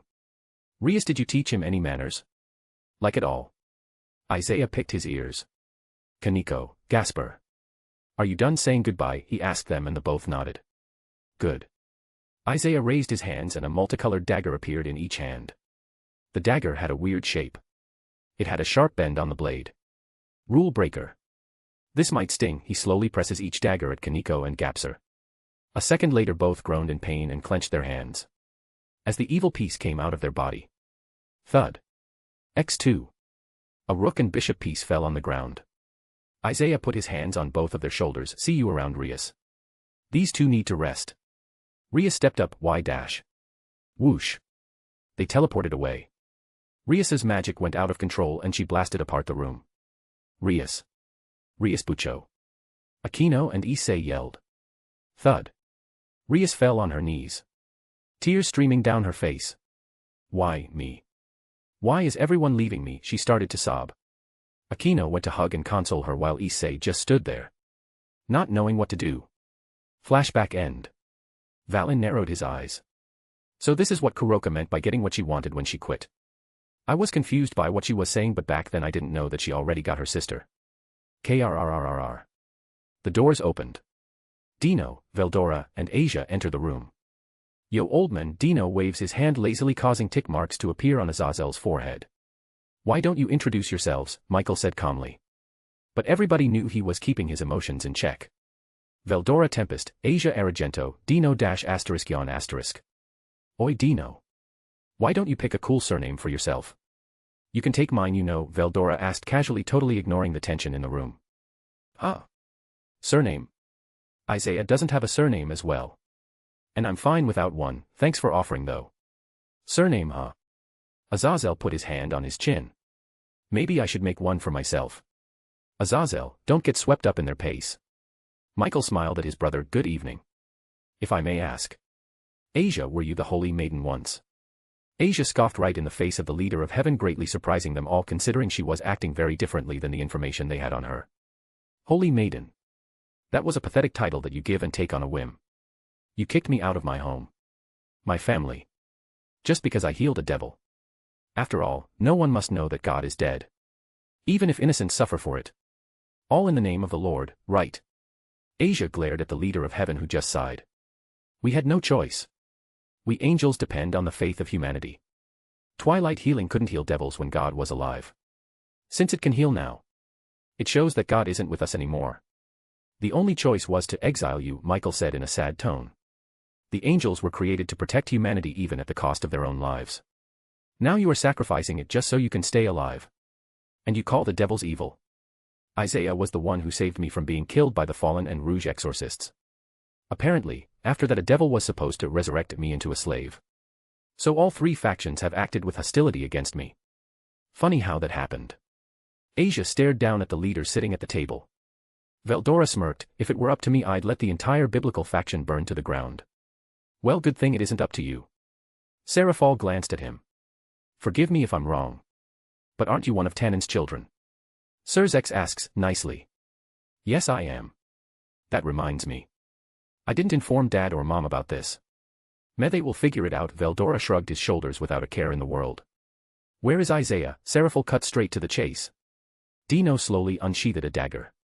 The others looked at him with interest. There was nothing he could do to them with just that dagger. Dino throws the dagger in the air, causing the markings on it to glow. Whoosh! Isaiah appears in the room to snatch it midair. Minato style. Surprising all of the people in the room. Sorry, I'm late. I had some urgent business to attend to. Isaiah ignored their stares and sat down at the fourth side of the table on the empty chair. That was a cool entrance. What were you so busy with? Azazel asked curiously. Isaiah just smiled. Flashback, 30 minutes earlier. MC POV. I went ahead and grabbed Ingvild Leviathan from the Citri hospital. Sirzex and Seraphal have left the underworld and took some of their army with them. Falbium and Ajuka were keeping watch for the old Satan faction. No one was there to stop me from taking her. I left her with the other half of the team. Karama is watching over them. And Valerie can fix her sleeping disease. Another piece taken off the board. First Valerie, then Meredith, and now Ingvild. The plot has gone to hell, but at least my team will be very well protected. Time for the meeting. Whoosh. Back to the meeting MC POV. Recruiting a few more people to my group. Now shall we get this meeting started? I clap my hands with a smile. Valley growls at me. His killing intent is obvious. Valley. Calm down. Azazel looks at my group. Where is the other blonde girl? The vampire. I was looking forward to talking with her. She is with the rest of my team stationed in Japan, a small lie but true. With Tiamat on our team. We technically have a base in the underworld. Her territory in the familiar forest. We should build a safe house there. Stationed in Japan. You have other branches. You sure do work fast, Azazel says in fake surprise. This sneaky bastard. He already met my team, he is playing it off like our exchange didn't happen. I'm pretty sure he also has some people in Kyoto, so there is a chance he also knows us from there. Yep, a lot more. So let's get this meeting started. I say casually, basically disregarding their authority as faction leaders. This time the incident Kokobeel caused is quite grave. Michael says solemnly. Sorry about that. Azazel says calmly, one of mine got a little out of hand. Not to mention the incident after his actions. We are not sure how. But the Pope as well as some angels have died, Griselda gives her reports on the matter. So did Rias and Sona. Isaiah, Michael turned to me. What else is there to say? I saw an opportunity and I took it. I also had a bone to pick with Valper. I enjoyed ripping his heart from his chest. I honestly didn't care about Kokobeel. But he insisted on attacking me. He practically committed suicide. They frown at my words but don't say anything. I'd like to hear the General of the Fallen Angels' opinion on the reports. Surzex turns to Azazel. There is nothing much to say. Kokobeel acted on his own accord. Azazel says calmly. It has nothing to do with you. Michael asks in his usual calm and soft voice. Azazel nodded. I was waiting to find out what his objective was. I was even in the city to personally stop him. Well, I was going to send Valiant first. But it looks like Isaiah and his team took care of him. Dino, good job by the way. Azazel praised his son. Dino only facepalmed. Please stay on topic, Surzex sighed at Azazel's weird personality. Kokobeel is dead. He won't be a problem anymore, I spoke up. Our concern is Kokobeel's motives. He said he was not content with your decision, Azazel. Michelle points out. Yeah. He was not happy when I pulled out of the war, when we're in the lead. I have got no interest in war anyway. You just want more time so you can do your research, I look at the men. Guilty as charged, Azazel says smugly. He was an unstable individual then. Seraphal asks as politely as possible. He was a psychotic warmonger. There is no need to sugarcoat it, Seraphal sent a small glare my way. Azazel chuckles, I have heard some things about you devils too. So it's not like you are entirely clean as well. Surzex spoke up, that has nothing to do with this conference. This is ABO-. But Azazel interrupted him, that's enough of the small talk. Let's sign the peace treaty already, this surprised some of the viewers. You were aiming for that from the start anyway, weren't you? Azazel smirked, it was the obvious deduction. Even if I ignored your light probes on my opinion. Old Dad is dead. The Satans are dead. This Cold War is only costing all of us. We aren't in any position to fight. I smile at that, not to mention all the souls and materials he stole from the other factions to make the sacred Geats. I mean he stole both the materials for Canis Lycaon and Regulus Nemia from the Greeks. Making Olympus an enemy was not a smart decision. Especially with their personalities. Honestly, the world would be a better place if the Greek gods disappeared. They are not called more human than human for nothing. God, I love that insult. And it fits them so well. They look down on humans yet commit just as much sin as the worst humans possible. They rape, torture and kill as they please. Curse someone for just looking at them wrong or just being better than them in any way. Ha ha ha. More human than human, that is true. Even my people aren't that bad. Same with the devils. The Greek gods are something else, Azazel started laughing. Azazel. Michel sighed at his former brother's actions. Azazel stopped laughing and coughed in his hand, right. The problem is that we have 3 people here who have the power to change the world. The White and Red Dragon Emperor and Isaiah. You made a Longinus, didn't you? Otherwise, there is no way for you to make Excalibur. I'd like your input on this, Azazel sent me that annoying smirk of his. Villy shrugged, I just want to fight strong opponents. Heh. You don't need war for that. Well, what about you Red Dragon Emperor? What do you think? Azazel and everyone else in the room turned to Issei show as uncomfortable about being put in the spotlight. It's a little difficult to answer with being put on the spot like this, Issei scratched his head. Azazel smirked when he saw an opportunity to cause some mischief, well let me make it easier for you. Hayadu Issei. If we were at war. You would be on the front lines and wouldn't be able to sleep with Rias Gremory. Ha. Why dash Issei's jaw dropped and Rias opened her mouth to protest. But. If we declare peace. Survival and propagation of the species becomes a priority, Azazel kept talking with that smirk of his. Propagation. The idiot was still confused but then clicked. Of the species. That's right, Azazel grinned even further. Every night you and Rias Gremory could be making babies. This made Rias blush and Grafia sigh out. As expected from a pervert. He knows just how to push Issei's buttons. Peace lets you spend every day making babies. If there is war you will be making none. How's that? Nice and simple, right? The pervert froze in place. The expression on his face became more perverted by the second. I want peace. Peace over war. I want to make love with Bucho. Moron. He just said that in front of everyone. Well, what about you, Isaiah? What is your opinion? Azazel spoke up, his whole demeanor turning serious. The other leaders were also waiting for my answer. I only came here because Azazel said you guys won't stop bothering me if you don't get answers. So ask your questions. I have no interest in your little alliance. Who? Why so? Azazel was a bit surprised. This alliance. It's based on mutual support. That's not possible. I don't know what you are planning to offer each other. But I have nothing that I want from you. Nor do I want to give you my secrets. If I signed I would also have to fight whenever you guys are attacked. Why would I risk my people without any benefits for me? So go on. Ask what you want so I can leave. I crossed my arms and looked at the leaders. Heaven and the church request the return of Durandal and Excalibur. Michael states his condition. Not gonna happen. If you want to take them back feel free to use force. But I'm saying this now. Anyone who attacks me. No matter what faction they are from. They are dead. Next, like hell, I will give back those weapons. Those weapons belong to the church, Griselda growled. Those weapons did belong to the church. I took both Durandal and the Excalibur fragments from the enemies I defeated. Then I reforged Excalibur back to its original strength. Something you have been trying and failing to do for centuries, I point out. Oh yeah, that reminds me. I want to take a peek at Excalibur. We can talk about the price later, Azazel smirks at me. That's fine, if he is just going to examine it. I don't mind. But it's going to cost you. Just ask Penemu first. She will skin you alive if she found out you spent all of the R&D fund. Research and development. Azazel shivered. Yeah, good call. He picked up his phone and started typing. Are you sure about your decision? Griselda presses. I'm quite sure. Just remember. Anyone who comes after me is dead. Including your secret weapon. Dulio, that last part seemed to shock Michael and Griselda. Next. Seraphol and Surzex looked at each other.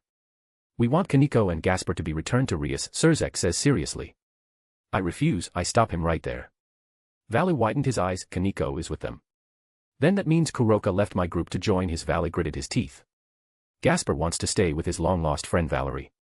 And Kaneko learned the truth about the Neberus family. Do you think she wants to come back to the people who knew the truth and didn't do anything about it? Do you think your group is strong enough to survive on its own? Even after you have antagonized us?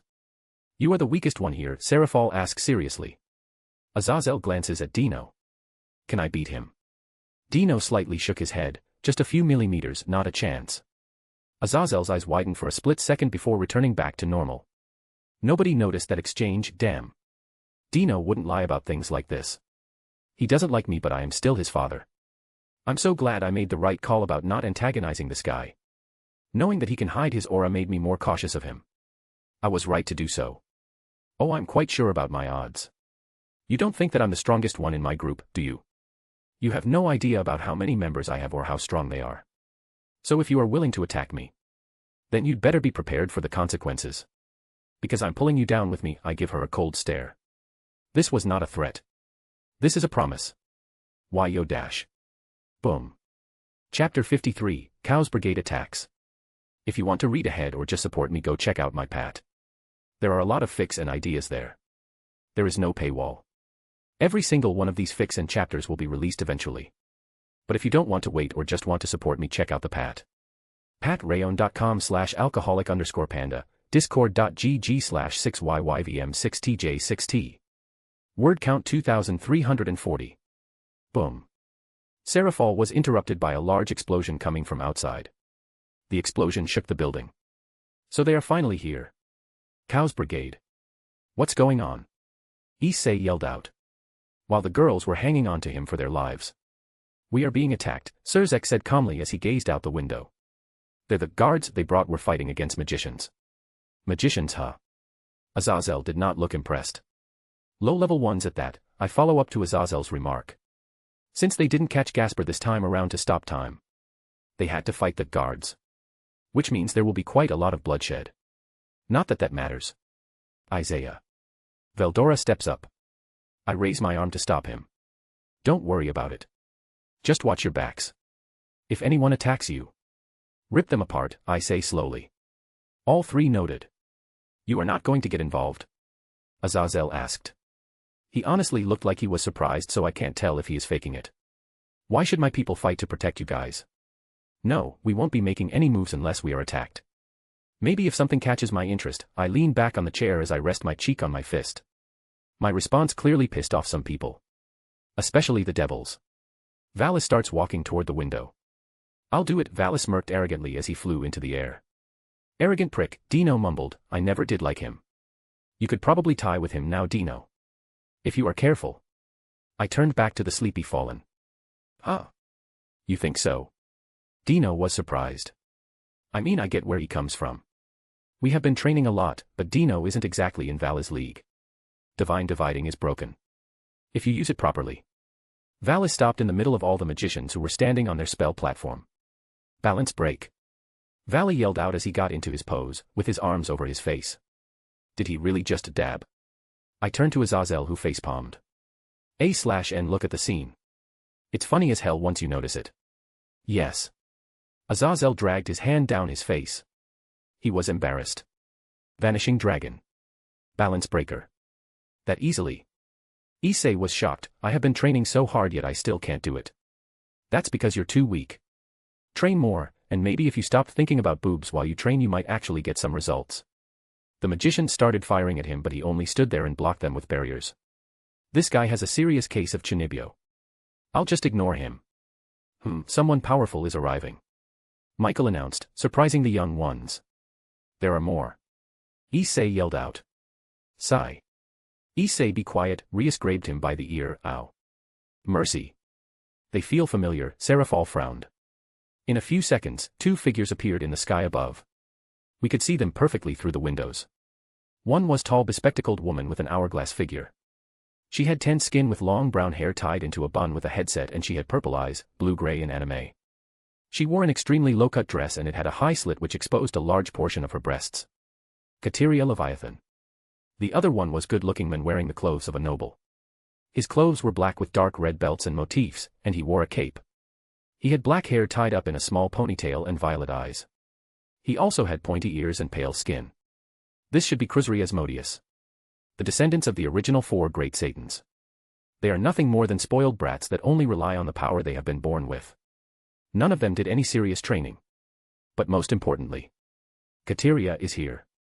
I need to capture her. She knows a lot about Leviathan territories. Which Ingvild can rightfully claim. I'm sure the old bastards will protest against this. But we can kill them off. Legally at that. Ingvild owns the land, and after all, might makes right. This should give us a nice bit of income. Good evening, current Satan, Lucifer and Leviathan, Kateria says in a condescending tone. Kateria? What are you doing here? Seraphal pointed at her. The other one. Isn't that Kruzri Asmodeus? Azazel frowned. What is this? Satan and Descendants reunion. What do we want? Kateria asked no one in particular, but then she smirked at her comrade who smiled back. Ruin and chaos. Kateria's staff shined and a giant magic circle formed on Kruzri's hand. Both of them threw their attacks at us. BOOOOOMMMM. The leaders of the three factions making a barrier together. How pitiful, she laughed in the cliché villainous way. With her palm over her mouth. What are you trying to achieve, Kateria, Kruzri? Surzex asked seriously. What do you think? I get that you are fishing for information. But can you try a bit better? To do exactly what this conference sought not to do. Of God and the Satans are gone. Then this world is ready for a revolution. Kateria spread her arms apart. Stupid. She actually fell for it. This whole situation is just so fucking dumb. I will kill you, Seraphal, and get the title Satan Leviathan back from her. Yar yar. I thought this was just a coup by the devils. But it isn't just that, right? Azazel sighed. He was very annoyed and didn't even bother to hide it. And I agree with him. This is such a waste of time. You are after the whole world, Michelle said calmly. You know. The whole calm facade. I wonder how stressed out the dude is. I mean, if he slips even a bit he could fall. Lucky for him you can't fall from stress. Michael literally has the fate of heaven on his shoulders. Good guess, Michael. We are taking our place as rightful rulers. Kruzuri said arrogantly. Ha ha ha ha. We are going to cause a revolution and rebuild this rotting world. Kateria laughed like a maniac but was interrupted by none other than me. Ha ha ha ha. I started to laugh. You people. Rebuild the world. How pretentious of you. I slowly stood up from my seat and started to walk toward Kateria. Who? I thought you wouldn't interfere. Azazel was genuinely surprised. Something caught my interest. Kateria is mine. Don't interfere. I spread my wings and flew at her. Who are you? You dare stand before one of the descendants of the original Satans, Kateria said in a disdainful tone. Is this bitch for real? You don't know who I am. I asked incuriously. Why should I know anything about some bug like you? Kateria had her chin up as she looked down on me. Are these people that stupid? Literally, everyone knows that I'm the one that killed Kokabeel. The entire supernatural world is buzzing at the return of Excalibur. You can't hide something like that. And I was known even before that for dominating a raiding game match. Just how arrogant are they, that they don't even do research on their potential enemies? Yet let's just get this over with. I have absolutely no motivation to fight her. Die. Kateria launched an attack at me. Pure power, no control whatsoever. At least use an elemental attack. This is just sad. I grab it with my hand and crush it. That's impossible, Kateria stuttered. A reincarnated devil can never beat a descendant of a Satan. She yelled out hysterically. I used pure speed to appear next to her. I really don't want to use my swords against her. She is too weak. If she uses Ophus's snake, well, that's another story. You are pretty weak for someone with Leviathan blood flowing through them. I land a kick in her face, fracturing her cheek and jaw. You. Kateria screamed at me. Her face was swelling up and a little blood was leaking down. I don't think I have ever seen a low ultimate fighter be this weak. Die. Die. Die. She kept swinging her staff, sending explosion at me with each swing. Well, time for some magic. Dozens of magic circles appeared next to me. The spells formed basic mana arrows. Then the arrows started to spin to add more penetration power. And the last function was to change the mana to lightning. This spell has no name due to how basic it is. I mean, spinning lightning arrows is kind of a mouthful. Hundreds of lightning arrows flew at Kateria, who hurriedly put up a strong barrier. The arrows rained down upon her. She was getting pushed back. Small cracks started to appear on the barrier. While I was playing with Kateria, I noticed some of the magicians managed to block Vala's lightning wide-range attack. Interesting. Those few that did block that attack have some potential. I do need some grunts to start building my faction. I'll just build it and leave someone capable in charge. Then I will travel the world with my team. I'll scout out people to join it.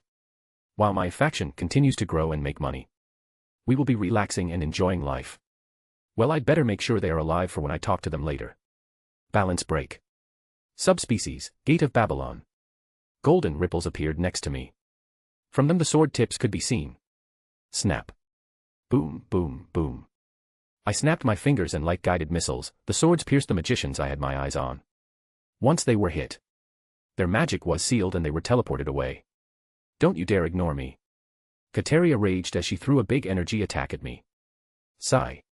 Pathetic. Asterisk snap. Asterisk. A sword flew from the golden ripple and pierced the energy ball, destabilizing it and making it burst. But it didn't stop there. The sword continued to move in a straight line at incredible speed. Straight at Kateria, who stupidly tried to block it with her barrier. The sword pierced the barrier and cut her palm in half and continued to cut until it stopped halfway on her forearm. Ah! Kateria screamed. From the palm to the middle of the forearm, it was split vertically in half. No. I will not fail here. Kateria screamed out as she crushed something in her hand.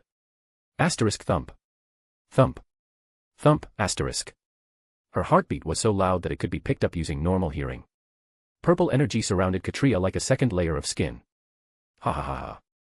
This power will change everything. So she used Ophus snake. Now we are talking. A few minutes earlier, Azazel scratched his goatee as Isaiah flew at Kateria. Well, since Kokabeel was one of my guys, I guess I'll take care of this mess as an apology.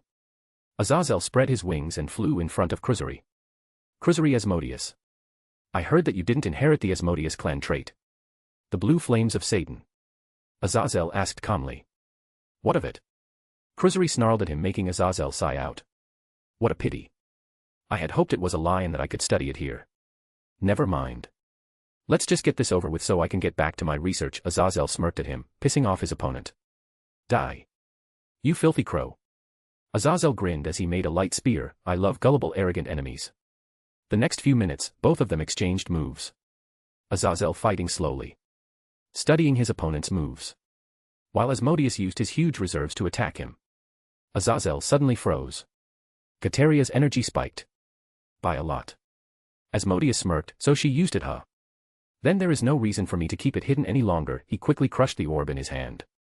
Azazel couldn't see it, but within the orb there was a small black snake that burrowed into his opponent's hand and traveled through his arm to the torso. Asmodeus's aura spiked as well. The same purple energy covered him just like Kateria before fading away. Azazel looked at him with interest. Now that is interesting. Looks like I'll get something out of this after all. And it's a perfect chance to test this. He pulled something out from his jacket. It was a golden short spear with a blue orb at the bottom. What will you do with that toy? Asmodeus mocked him. Look closely or you are going to miss it if you blink. Balance break. The short spear burst into golden lights that engulfed Azazel. A few seconds later, when the lights died down, his form was revealed. Azazel had equipped golden dragon armor. A golden version of scale mail. Alongside a deident, two-pronged spear. Downfall dragon another armor. Isaiah and Kateria. The purple aura on her body faded away. But her strength skyrocketed.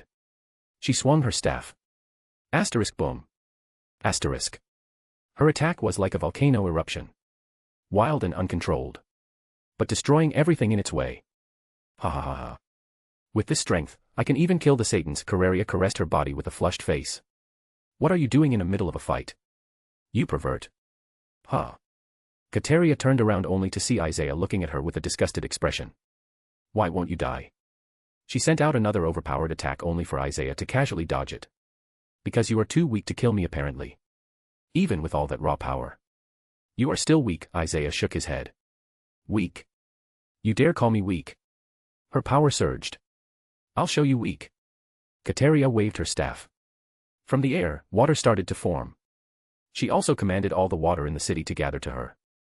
This was the Leviathan clan bloodline, sea serpent of the end. Isaiah looked at the large body of water with interest. Ophus's snakes temporarily allowed her to use her bloodline. Since the snake has the concept of infinity, even a small fragment of it, it allowed the Leviathan bloodline inside her to bloom temporarily. So, let's heat things up a bit. Reduce all creation to ash. Ryujin Jaka. Chapter 54, Meeting Over. If you want to read ahead or just support me, go check out my Pat. There are a lot of fics and ideas there. There is no paywall. Every single one of these fics and chapters will be released eventually. But if you don't want to wait or just want to support me, check out the Pat. Patreon.com/alcoholic_panda, discord.gg/6yyvm6tj6t. Word count 2350. Reduce all creation to ash. Ryujin Jaka. The sword in my hand erupted in flames. After each passing second, more and more flames formed from the sword. A giant fire phoenix started to from behind me. What is this power? How can a sword like that exist? Kateria said in disbelief. Because I will it. I swung down and the fire phoenix dived at her. Ha-iya, she swung her staff. And the water formed a tsunami as it collided with my attack. Boom. There was a big steam explosion as they were battling for dominance. But my attack pushed through. Sea Serpent of the End can control the seas in the human world. Sadly for her, Kateria is in the middle of a town nowhere near the sea. And there are northwest lakes or rivers close to here as well. No. She attacked again. Throwing water javelins at me. Her control is horrific. Leviathan attacked with water animals, water javelins capable of tearing apart anything in their way. She made rivers flow through the air. Droplets of rain that each hit like a low-class attack. And here is her descendant who was currently struggling to make a simple water snake. Go my water naga, she commanded. Ugh. The cringe might be the only damage she has done to me today. It's like calling a fat tubby cat, go my lion. I swing my sword. Every bit of water she commanded got evaporated by my flames. And this in Shirkai. Let alone what I would do with Bankai. That's impossible. She shrieked. Okay, that's enough. Her voice is really annoying. I bring out Excalibur and dash at her. Asterisk slash. Slash asterisk. Ah. I cut off both of her arms. The holy properties were acting like poison, making her wounds even worse. I used some swords to seal her magic and teleport her to the other group. A descendant of the original Satan's my ass. Sigh. My disappointment is immeasurable and my day is ruined. Now that's what I call disarming. Get it? Veldora grinned at Asia and Dino. Dude, are you for real? Dino slumped. Veldora. That was horrible, Asia says honestly. Asterisk hex star. Right in the kokoro, Veldora grabbed his heart. Dino just facepalmed in response. All while the other leaders were looking at them with strange expressions. Veldora. Your training will be tripled, I look at the otaku dragon. No. Veldora fell on his knees. What a drama queen. Azazel versus Asmodeus. Azazel clad in his draconic armor. He dodged another wave of blue fire. Oi. Is that the best you can do? You are just throwing your power around. I know that you just got the bloodline but still. Try a bit of control will ya? This fight is boring, Azazel kept provoking Asmodeus. Shut up and die. Who kept falling for it every time. Asmodeus threw another fire wave at Azazel who spun his trident around him. When the flames hit him, they weren't able to consume the trident right away due to the highly concentrated power in it. Azazel spun the flames, moving them away from him. He split the fire wave in two and got a clear shot at Asmodeus. Hello, Azazel threw his trident and hit Asmodeus in the stomach. The light energy was wreaking havoc in his body. How? Kruzuri managed to croak out. The Asmodeus clan trait allows them to make blue fire that is able to consume anything in its way. But that only applies if they are equal or stronger than their opponents. Even with your power boost. Your control is still horrible, which allowed me to move your flames without them harming me, Azazel said calmly as he watched a dying opponent. Well. I won't be dying alone. Kruzuri's arms stretched out and multiplied. The arms then grabbed Azazel's left hand and started to melt. His body started to bloat. Azazel frowned, he is fusing them with my arm, there is no way for me to free myself before he explodes. Oh well. Guess I'll sacrifice an arm. I'll build myself a cooler robot hand anyway. Azazel ruthlessly cut off his own arm off and threw another spear at Kruzuri. The spear went through his head, killing him instantly. Ah. I can't believe I lost an arm against someone like him. That power boost was troublesome. If he really exploded he would have taken a good chunk from the city. Boom. Azazel is hit from behind, sending him flying into the ground. Azazel. The other leaders yelled out. Sigh. Why me? What do you think you are doing, Valley? Azazel casually asks as he gets out of the hole and dusts off his jacket. Sorry Azazel, this side just seemed more fun, Valley spoke over his scale mail armor. I still don't know if this Valley actually betrayed Azazel or if they planned for this to happen so Valley could spy on Cow's brigade. Either way. It has nothing to do with me. Valley. So you are the one who betrayed us, Hyodo yells out angrily. Hey Valley. There's something interesting I heard recently. There is a dangerous organization called Cow's Brigade. And the one leading it is the Ouroboros dragon. Ophis. Brrrr. I still get shivers from thinking of that crazy loli. She can wipe out a city just by sneezing. A dragon. Hyodo asked Rias, I'm calling him Hyodo from now on. Just writing Issei makes me cringe. I don't know why. The infinite dragon god. The strongest dragon that even God feared, Rias explains. Sorry to burst your bubble but Great Red is the stronger one. That's why Ophis is leading the organization. To start a war with Great Red, everybody turned to me with shocked expressions. Even Azazel. You people really need to upgrade your spy networks, my comment just pisses them off. After all, a single person, who just started gathering his followers, is telling the three great factions to get better spies. It's true that I sided with Ophis. But I'm just using its power for my own goals. Same with Ophis, Valis said casually. Azazel nodded. I see. I was pretty sure you became buddies with those two. After all. You three got your Satan seats stolen from you. Yep, this is a setup. Both of them are too calm and casual about this. My name is Valley Lucifer. I'm a descendant of the dead Mao, Satan, Lucifer. I ignore Val's whole Chinibyo speech on just how he is a half-blood and why he is so much better than Issei. That and the shocked reactions of the other people. The name Lucifer really does bring fear to the devils. He is a halfling with a Longinus. Get over it. How about this? You can become an Avenger. I'll kill your parents. If I kill someone precious to you, you can spend the rest of your life training to get revenge on their killer. Vale laughed like a maniac. He is actually serious about doing it. This guy has some screws loose. Or missing them entirely. I'm going to kill this bastard, Hyodo growled out. Why should my parents die for your convenience? Welsh dragon. Over booster. Hyodo's aura exploded, like I'm going to sit here and let you kill my parents. Look Albion. Hyodo Issei's power has gone up exponentially. Vale was happy that his rival got stronger. Sacred gear use strong feelings to sustain their power. You are facing pure anger here. Anger is the best way to draw out a dragon's power, Albion replied back. In that sense, he is better suited for this than me. Don't talk about stupid things. Ascalon. A sword came out of his gauntlet. Hyodo charges at Vale, who sidesteps. But Vale underestimated Hyodo's anger boost. Hyodo grabbed Vale by the arm. And slammed his stomach. Since his fist was enhanced by Ascalon. That attack cracked Vale's chest plate. Ha ha ha. That's it. Show me more. Vale yelled out as the chest plate repaired itself. Boom. Boom. Boom. Vale and Hyodo exchanged attack after attack. But naturally, Vale had the upper hand. He is stronger and has more experience. Rage can only get you so far. So what does Vale decide to do? Make his opponent angrier so he gets stronger. Think fast. Vale attacks Rias. You bastard. Stop screwing around. Hyodo blocked the attack and pushed Vale away. Hate me more. Feel more anger. Get stronger and stronger so that I can have more fun with you, Hyodo Issei. Vale laughed. Gay. Me, Veldora and Dino yell out. Totally breaking the mood. You bastards. Vale gets angry and takes to the sky. His wings spread and get bigger. Oh. Not again, Azazel slumped. What's wrong, Azazel? Surzex asked, but before he could even reply, Vale pointed his hand at the school gym and closed it. The building started to shrink in size. He is distorting space.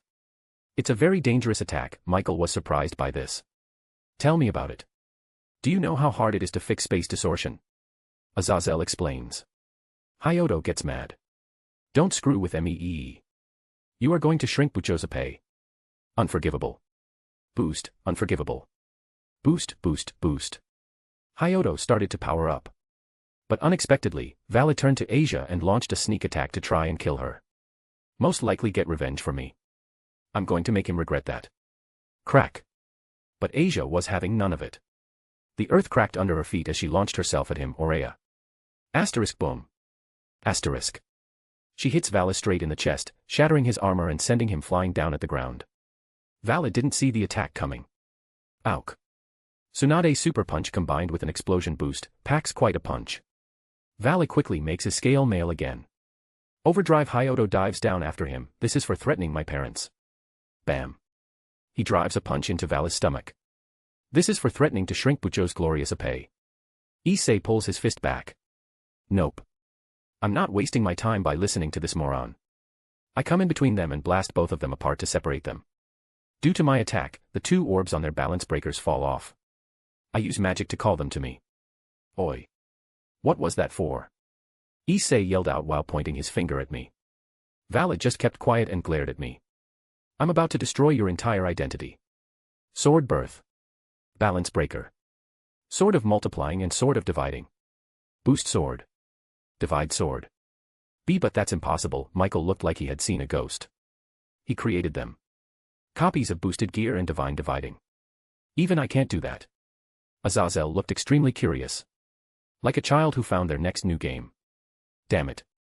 Like this kid wasn't trouble enough. Seraphal looked depressed. The paperwork is never going to stop once the other factions learn of this. I need to hire like 15 more secretaries to keep up with the workload. Surzex looked annoyed. Why did this kid have to be so prideful and annoying? If he had just stayed with Rias, everything would have been much easier. Names please. 'Cause I got nothing. I was thinking dev, divide, and ult/ply. I have no idea. They sound lame. Boost, the red sword calls out. My strength doubled. Slash. I cut Vale over his armor. Divide, the white sword halves Vale's power. Making him drop to his knees. How does it feel to get a taste of your own medicine? I look down on the kneeling Vale. Reinforcement. Looks like his team is coming here. I quickly make a new sword. It was blue and pink in color. And it had a blue-pink yin-yang where the guard was. I stabbed Valley in the gut and the sword glowed. The effect was immediate. Valis started to scream out in pain as his body changed. His hair grew longer and silkier. His frame shrunk down, he started to lose muscle mass. His chest and hips expanded while his waist thinned. He was now a she.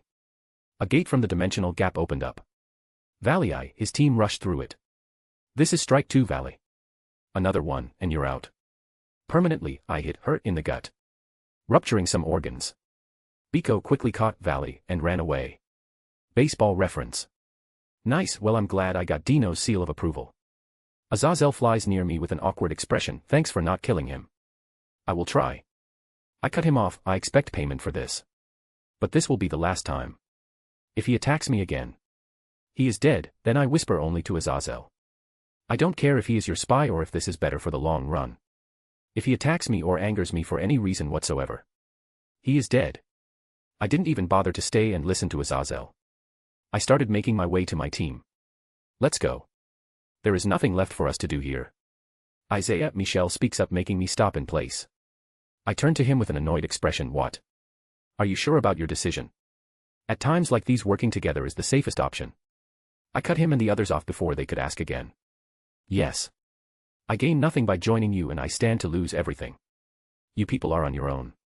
Oh, and if any of your people attack us, they are dead. So I suggest keeping them on a leash. What about Kateria? We will need her to interrogate her. Can you give her back? We will share all the information with you, Seraphal asked like true politician. No.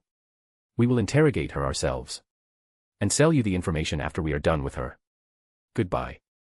A teleportation circle appears beneath the 4 of us. And we vanish. Leaving them to clean up with the whole mess. Now it's time for a Leviathan family reunion. Chapter 55, Family Reunion.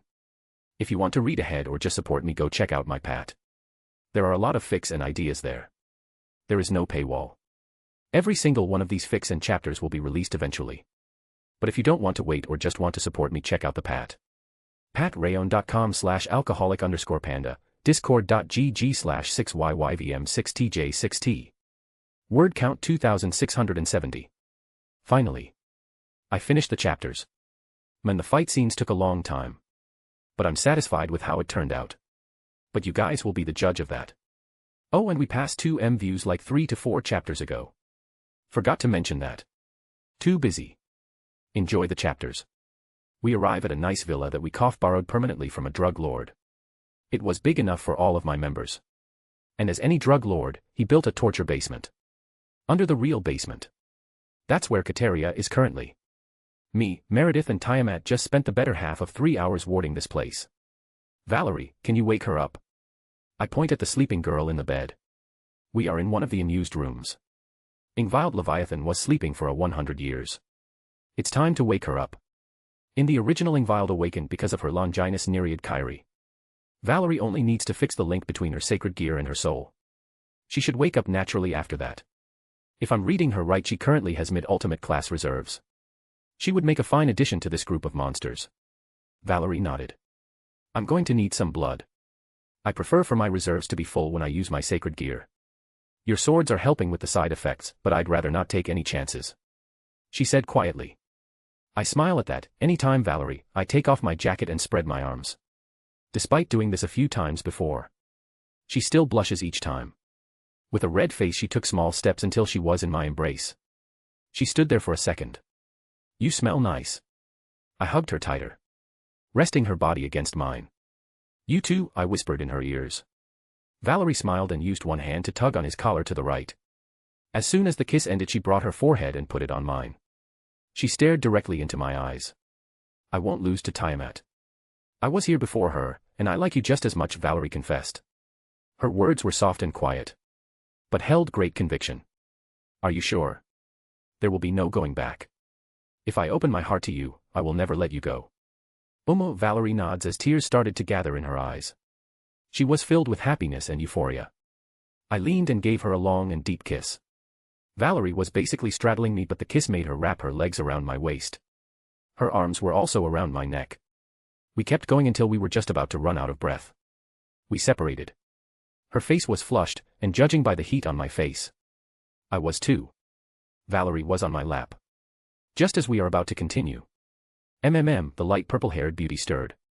I whisper later to Valerie, who just nodded, but didn't move. She slowly opened her eyelids, showing those pretty orange eyes of hers. Good morning, sleeping beauty. Did you have a good nap? Valerie just pouted and snuggled closer to me, putting her head near my neck. Someone is feeling peeved and clingy. Not that I mind. Now that I think about it. Didn't I say something similar to Valerie when she woke up? Who are you? Where am I? And where are my parents? Ingvild asks shyly. Hello, Ingvild. My name is Isaiah. The lovely lady in my arms is Valerie. You are currently at my villa. It's been 100 years since you fell asleep. And the jaw drop happened, 100 years. But that's impossible. Where are my parents? Take me to them. Ingvild started to panic. Her magic power went out of control.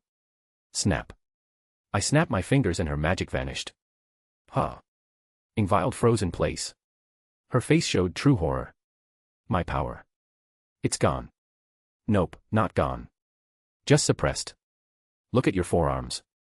She looks down on her arms only to see tattoos on them. Those are seals we placed on you just as a precaution. Calm down, we will not harm you. I will tell you everything you need to know. Ingvild wanted to protest, but she was clean on her situation. She took a deep breath, calmed down a bit, and nodded to them. Thank you. First of all, in order to save time, I have developed my sacred gear to make swords that show memories. I form a sword in my hand. This sword can show you the memories I have put in it if you cut yourself on it. The wound will completely heal, so don't worry about that. The memories in this sword are the current political situation in the supernatural world.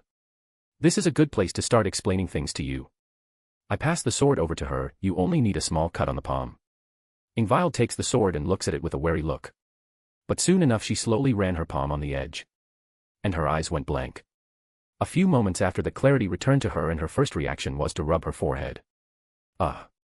Is this all true? She asked in a soft voice. Yes, I answered bluntly, making her sigh. I'm happy that there is finally peace. But also sad that my own aunt would join terrorists. Dad never did like her. That's why I was born and raised in a seaside city. Dad wanted to get away from all the devil bullshit, as he called it. My parents. They are dead, aren't they? Ingvild says in a sad tone. Sadly, yes. I still don't know how. But I assume they were taken care of, so that Kateria can lead the Leviathan house. Valerie jumps from my lap, walks to the younger girl, and takes her hand to comfort her. Valerie squeezed her hand. A wordless, everything is going to be fine, was sent through that action. Thank you, Ingvild thanked her. So who are you guys? I saw your memories of the meeting. You must be some big shot if you can sit on the table with the 3 faction leaders. Heh. I grin at her. As I pass her another sword. This time she didn't even hesitate. What did you show her this time? Valerie asked. Everything about our group and goals. Valerie nodded. Enough said. Ingvild came back and her jaw dropped and she pointed at me in shock. You blackmailed Satan, Lucifer, and the governor of the fallen angles. Oh yeah. That did happen. She thought that was the most impressive thing from my memories. Really, that's what stood out to you? I think remaking Excalibur is much more impressive. That's because you are a guy and you love your toys. That's just a sword. We are talking about blackmailing 2 of the 3 leaders from the biblical faction. And you threatened the final one, Michael, that if they came for the swords you would kill them. Are you insane? Excalibur is not a toy, that's heresy. Excalibur is one of the strongest swords in existence. She is calling my powers a toy. It's a sword. It cuts things. Big deal. She waved her hand off. Emotional damage. You beat Tiamat the Chaos Dragon King and you are focused on a sword. You are a guy, you wouldn't get it, Ingvild sighed out. And Valerie nodded along. She is right, you know. Women. I just can't understand them at all. All of her previous sass vanishes as she fully realizes her choices. You are going to offer me to join your team, aren't you? Yep. It's your choice. Honestly, your best one. Your lineage and sacred gear make you a target. A lot of people want to get their hands on you. Tears started streaming down her cheeks. All I ever wanted to do was sing. I really love singing. It made my parents happy. When I sing, all I see are people smiling and having fun. Is that too much to ask? Valerie directly hugs her, trying to console the crying girl. Because that's not how this world works. Me and my group just want to have fun, some of us got to get revenge on some people before they can move on. But the goal to live a carefree and happy life. We know that requires us to be extremely strong. Strong enough so that nobody would ever bother us. That means having lots of power. I need to talk to the magician we captured later. Time to do some recruiting for my faction. You have very few choices. You could either join the new Satan faction. Since you are strong and carry the Leviathan bloodline, you would be probably given evil pieces. But since the Leviathan house is nearly extinct, the elders would require you to sire children as soon as possible. And they would force you to marry either them or their sons. The Satans actually can't get involved in house affairs. That's how I was able to blackmail Surzex. He had to agree to my demands to free his sister. Ingvild shivered in disgust. Yeah, big pass. I don't want to be a breeding mare. The other option is to look for some other faction. But nearly everyone will try to make you have kids with one of their own. Sea Serpent of the End is a very powerful bloodline. It's natural that people will be greedy about it. I shrug my shoulder. It's just the way the world works. What about you? Ingvild looked directly in my eyes. What do you want from me? Join my team. And I'll help you get revenge on anyone that had anything to do with your parents' deaths. Coincidentally, we also lack a musician in our group. Music is a big part of relaxing. What I want for you is to get as strong as you can. I need many strong, loyal people with me. Just so that we can defend ourselves when the attacks start. Ingvild tilted her head. Attacks. The three factions just declared peace. Some people won't like that. Underground alliances are being made as we speak to counter their newly combined influence. There is also the terrorist group Cows Brigade. We are a group of strong individuals with rare powers. Powers that other people want. Alone they would pick us off. But together we stand a chance. That's one of the main reasons for why I'm gathering people.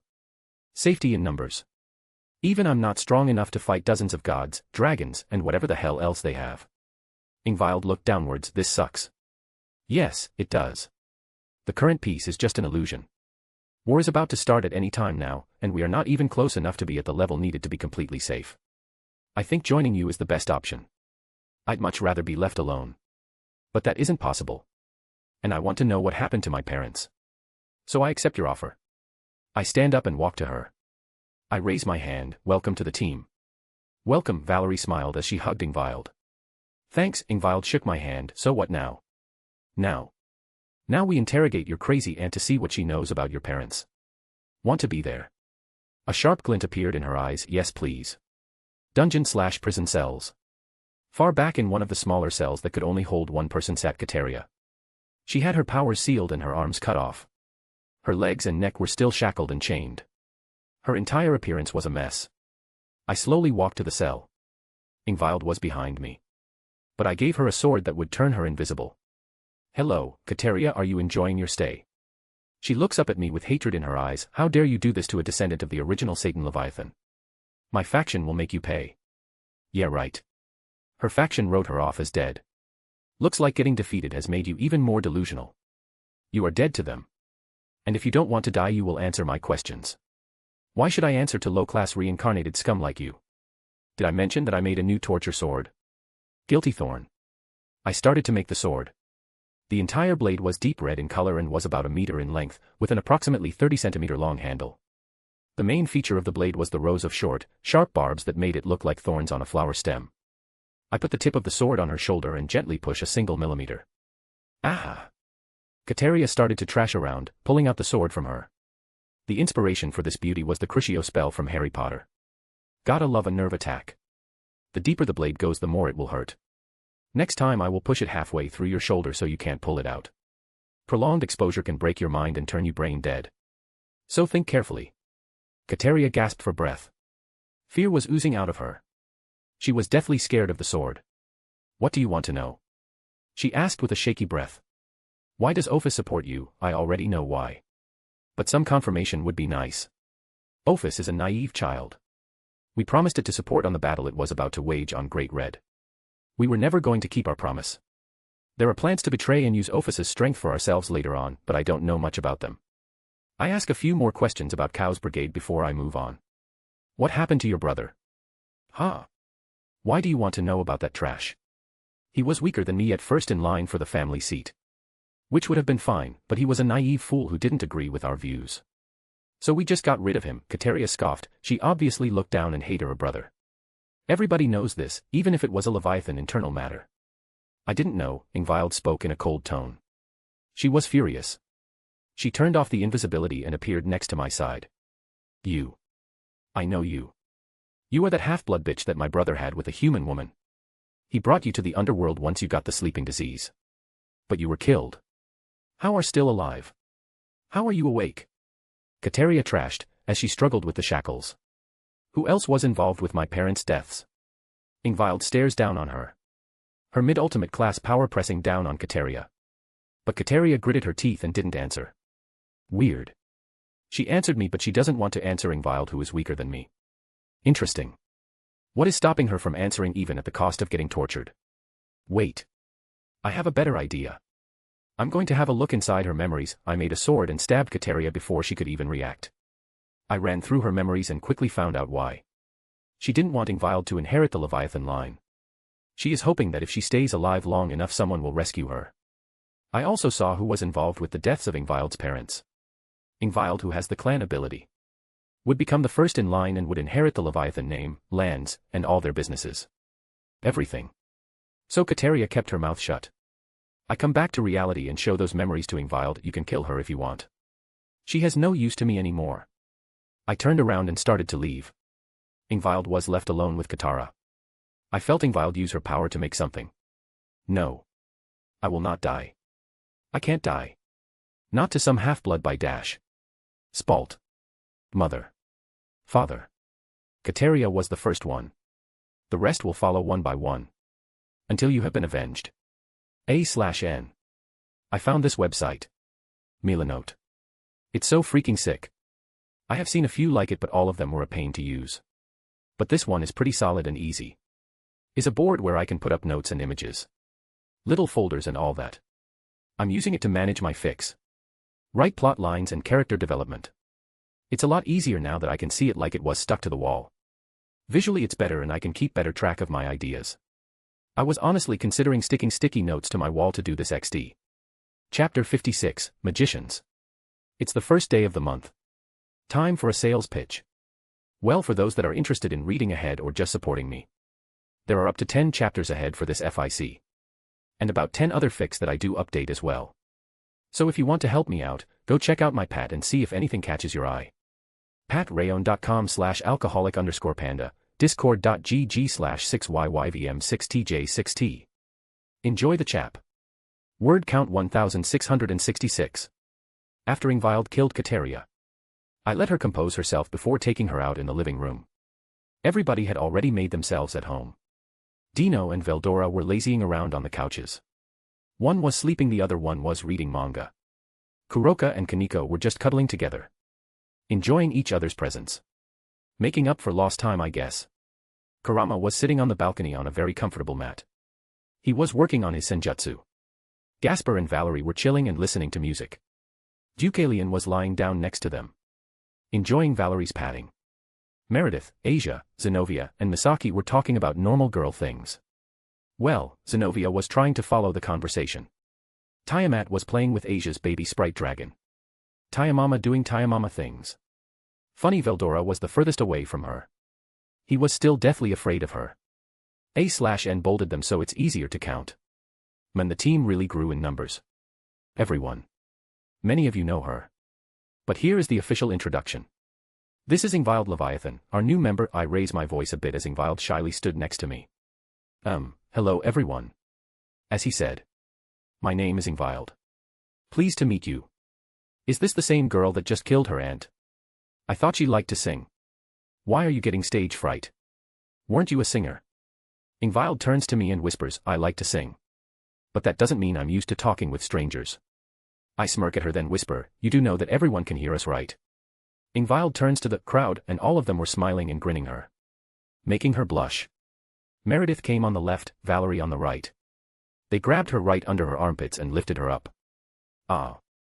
Wait. Stop. Ingvild was too surprised to talk properly, but the girls ignored her and dragged her off. They made a team rule. No loners or gloomy people. Most members have some baggage they carry. The girls want to help with that. Leviathan, huh? You sure know how to cause chaos, Isaiah. Tammet sat down next to me. What can I say? I'm good at recruiting people. Did you finish it? Tiamat nodded. It's done. What's next on your agenda? Now that I have joined. With the two of us, I doubt anyone can tell us what to do. Nope. Gods are going to get involved soon. Death gods. Tiamat raised an eyebrow. Gods as in plural. You saw that? I nodded to her. Well, in that case, no. We aren't ready. Death gods are such a pain to fight against. These people are different. I plan to recruit them as well. Like any organization. I need people to do the grunt work. They are brought outside. With the team and me standing in a semicircle around them for intimidation. I snapped my fingers and the seals that were muffling their sight and hearing was turned off. When they saw all of us, their faces paled. I even saw one guy whimper. He was the one near to Tiamat. What do why you want with us? Why did you capture us? One of the magicians spoke up. But he was stuttering from the fear. It's quite simple. You see, I need soldiers and assets for the faction I'm building. And as I was considering killing you in that battle, an idea popped into my head. Instead of me killing you, why don't I make you work for me? The magicians were shocked. So here's the deal, you either work for me or you die. My aura pressed down on them. Your pay and position will depend on merit. Whether that merit will be from magical research or from battle will depend on you. Make your choice. They sat there in silence as they made eye contact with each other. There was no choice. Either they work for me or they die. Each will have loyalty swords. That will kill them if they ever come even close to betraying me. Alongside with some minor compulsion effects. Similar to that of the evil pieces. Just so they adapt faster to their new lives. I don't have the time to waste on them getting used to their new boss. I'm in charge and they need to be capable of flowing orders without screwing up. One of the magicians will be the leader of the group and report back to Meredith. I will work for you, one of them spoke up. And like a dam breaking. All of them did so one by one. Good. I raise my hand and make a sword appear in my hand. This is sword of betrayal. If you ever betray or are close to betraying me or the others, the sword will claim your life. If you prove yourselves trustworthy and useful, the sword will be taken out and you will receive swords that can protect you from harm. A strong barrier to block an attack that could end your life. Instantly teleport you back to base and many others. Even if they prove themselves trustworthy, those swords will stay with them until their end. Who knows if they will be turned later on. All of them nod in fear. Good. Go clean yourselves up and rest in the guest rooms. You will be given orders later on. With that, one by one they headed to the villa. Isaiah, do we have swords like that? Dino looks me in the eyes. This was natural. I would be disappointed if no one even asked. No. I trust you guys. There is no such feature on your swords. But I don't trust others. We will be increasing our numbers by a lot in the near future. I made those swords to find and eliminate spies. Kurama and Veldora smirked. Kurama had senjutsu and Veldora just knew me better. But Dino left his home and joined a total stranger. Dino scratched his head awkwardly. Yeah, sorry. Now he was feeling awkward for second-guessing me, the leader of the group. No. Don't apologize for this. It's perfectly natural. I would be disappointed if no one even asked. I just hope that my actions will clear all doubt. Normally leaders get angry at this. Someone undermining their authority. But that's in front of the grunts. These people will be my inner circle. I need their loyalty, true, but not loyalty from fear. Dino nods, but I get why you made the swords. I mean, look at Grigori and the devils. So many fucking spies.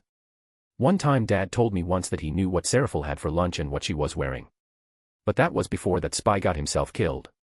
Brrr, the girls minus Tiamat shivered.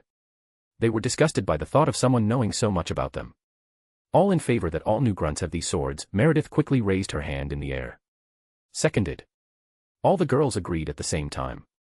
We guys just look at them with strange faces. Girls are weird. Sue, what's next on the list? Veldora turns to me with sparkling eyes that scream out, tell me. We are heading to Norway. I casually drop our next location. The others looked confused before it clicked. Norway.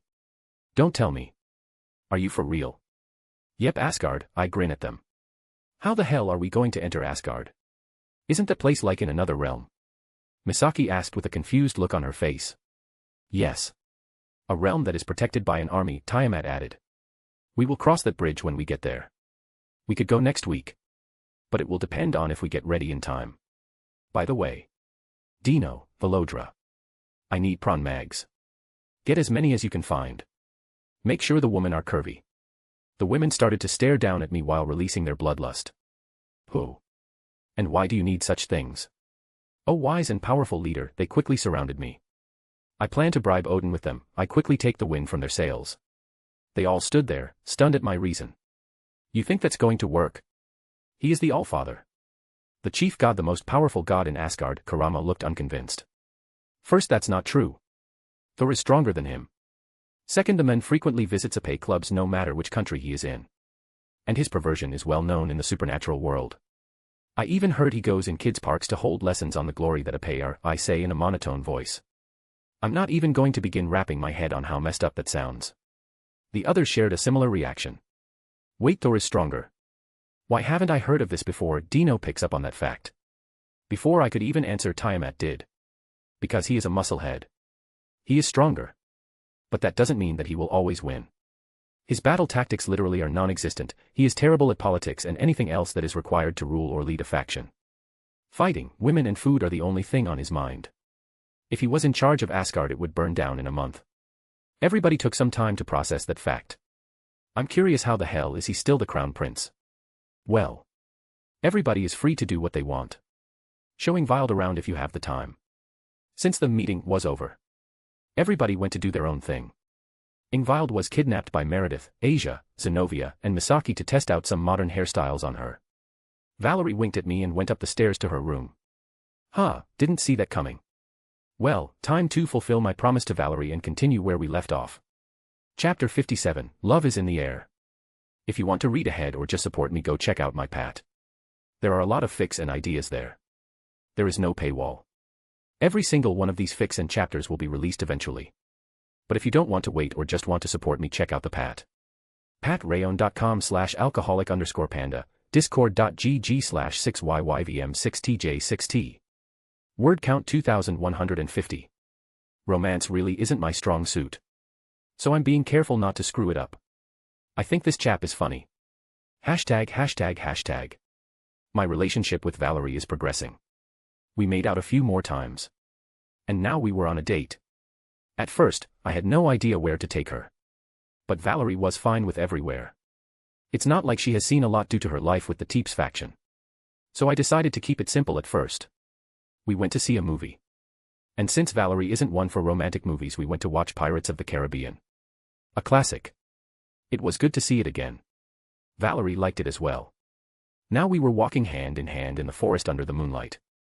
Both of us were so strong that animals just avoided us. Jack Sparrow was very funny, whispered Valerie. Capitan, I reprimand jokingly, making her smile. So did you have fun? Valerie nodded, Umo. She closed her eyes and let me and her senses guide her. This is nice. And it really was. She is part vampire and I'm a devil. Both species thrive in the dark. Walking in the dead of night in a peaceful forest like this is really calming. I noticed something right on the edge of my perception zone. A group of fireflies. Valerie, suppress your power as much as you can. I found something interesting. Valerie tilted her head but said nothing and suppressed her power. After a few minutes, we arrive. I engraved the look of surprise on her face in my memories. Her face lit up when she saw them. Beautiful, she looked at the fireflies as they moved around. A natural light show. I picked up my phone and put on some slow music. May I have this dance, milady? I do a little bow with one hand on my chest and my other still holding Valerie's. Her smile was the only answer I needed. We joined up. I put my free hand on her back, while she put hers just below my shoulder. We slowly started to dance. A slow dance in the middle of the forest. Our eyes locked. With the fireflies around us, shining like little orbs, adding to the mood. We kept dancing in silence for 5 minutes. Isaiah. Valerie spoke softly. I want to sleep in your room tonight. I could barely hear her voice, her face and ears were red. Sure. If that's what you really want. Valerie nodded slightly and we continued to dance until the song ended. Tonight was a night to be remembered. Opinions. I hope I didn't make it too cringe. Girl talk with Valerie. All the girls were gathered up in one of their rooms. So how was it? Meredith, being the one that loves gossip, could barely contain her excitement. Unbelievable, Valerie said with a satisfied smile. Tiamat, Asia, Kaneko, and Kuroka were very jealous. Misaki was unsure on what to feel. But that didn't stop them and they quickly bombarded Valerie with other questions. How long did it last? Was he big? Was he gentle? Until Tiamama couldn't hold it anymore. I'm going next, Tiamat announced and got up, going straight to Isaiah. Well, someone is certainly eager, Meredith teased. Well, I would be too, Naya, Kuroka noted. Isaiah promised her a date. Come to think of it, didn't you say he promised you one as well, Misaki? Everybody turned to the girl who found herself in the center of attention. Well, yeah. But I'm not sure I'm interested anymore, Misaki awkwardly scratched her arm. But why? Didn't you like him? Question after question followed. I did. But I was a simple high school student. And I had a crush on the hottest guy in the school. Everything was normal. Then I was almost kidnapped and Isaiah was the one to save me. But I'm not fine with sharing him. I'm not from the supernatural world. Sharing the same guy in harems doesn't make sense to me. Misaki started to blab, it looks like she was keeping it in for a while. Wait, Meredith stopped her, so let me get this straight. You don't like Isaiah anymore because you don't want to share him. Misaki nodded unsurely, well, I still like him, but I don't want to be part of a harem. I want a guy to love just me. The girls looked at her with understanding. I understand, Misaki. You don't have to feel bad about it. It's natural in a way. Yet we support your decision 100%, Nya, Kuroka noted. I'm going to go chase after Senpai, Kaneko said resolutely. Chiron. Kuroka was surprised. So am I, Asia smiled as well. Valerie had a small smile on her face. Good luck, she said with the best possible intention. They had to make one of the strongest people in this world fall in love with them. Maybe I should chase after him too, Nya. He can give me many strong kitties. Kuroka put her hand on her chin looking thoughtful. Nei-san. If you jump Senpai he will smack you. Kaneko shook her head. True. Isaiah doesn't look like the type to accept just anyone. He looks like the guy who will only sleep with the people he chooses or seduces, Misaki commented. You are right, during my rehabilitation. Isaiah had me go through some imaginary scenarios on what I should and shouldn't do. I was curious and asked him what he would do if a woman threw herself at him. He replied that he would reject her and throw her away. His words were, only a fool would trust a stranger, especially a woman or a man, who wants to date with you all of a sudden. She is either going to rob you, rape you, kidnap you, or kill you, Asia explained to the rest who all had thoughtful expressions. He does have a point, Zenobia noted. I agree, so did Ingvild. Well, he is the leader for a reason, he has to be smart. Anyway, did you girls see the new fashion magazine? Meredith said with excitement. And so the subject was changed and they talked about fashion all night. Isaiah POV. My date with Tia. I already promised her one. But what is interesting for a dragon that has seen it all? Wait, she said she hasn't had any partners because they weren't worthy. In that case she has never danced with anyone either. I know the perfect place. Where is this? Tiamat looked around. They were outside some club. On the door, it wrote, Beginner's Tango Night. Am Isaiah? Tiamat said with a little panic in her eyes. You said you wanted a date like Valerie had. Me and Valerie danced. I already knew her struggles but I kept a good poker face. But I can't dance, Tiamat said with a bit of shame. She was a dragon. She was rarely in human form to begin with. And what kind of dragon dances? Come on. I'm sure you are a quick study. I grabbed her hand and guided her inside the club. Hey. Wait. 10 minutes later. 1, 2, 3. 1, 2, 3 Tiamat was counting the steps while looking at her feet. She was so focused. The Gapmo was so cute. The serious and strong Karma Dragon Empress was fumbling on a simple dance. Waltz was used as a warm-up before the tango starts. You are doing great, I encourage her. Thanks, I do admit, I am enjoying this, Tiamat smiled. Okay everyone, it's time for the tango. Tango. Tiamat looks at me with a panicked expression. Don't worry. You will be fine. Just copy the others and follow my rhythm. The next few minutes after the instructors, who were basically a couple who knew a bit of tango, taught us the steps. Tiamat stepped on my feet a few times. I'm glad I used magic to protect myself there. And judging by the pout on her face I guessed she noticed. But said nothing since she was at fault. After a few turns she got the hang of it and we really started to dance. This is nice. Tiamat said as we were spinning around. Moving together as one. She loves it. She was a fast learner. Yes it is, I twirl her around. But time passed and the song was ending, it was time for the last move. I grab her by the waist and pull her in and Tiamat snaps her head backward and arches her back. Both of us were panting a bit. Her eyes were filled with lust. She only spoke out 3 words, you, me, bedroom. I was trying not to rush it. But what the heck? Enjoy life while you can. We left the club and I teleported back to the bedroom. Thankfully it was completely soundproof. I got a feeling it will be a wild night. Next day. Back at the villa. Isaiah, Veldora and Dino came rushing in. I would have been worried. If not for the grins on their faces. Plus we had protocols for emergencies. Yes, I raised an eyebrow. Listen, you know how we were talking about secret hand signals and stuff like that, right? Dino was full of smiles. Something must be wrong if he is not asleep. Yay, I looked at Dino then at Veldora. What about it? Well, we might have just found the best one yet. Veldora grinned before he took a step back to demonstrate. Veldora clapped his hands, made a peace sign. Then an OK sign, before putting his palm to his forehead as if he is looking at something. Clapping hands, comma, victory hand, comma, OK hand, face with monocle. Then Dino jumped in. Your underwear is showing, Pan Sumarumia. Yay. Veldora yelled. They both clapped their hands then continued on with the secret handshake, which was fist and forearm bumps. And they both took a deep breath. WRYYY BTZZZZ Warudo. Time stopped. Well, I wasn't affected, but that was on purpose.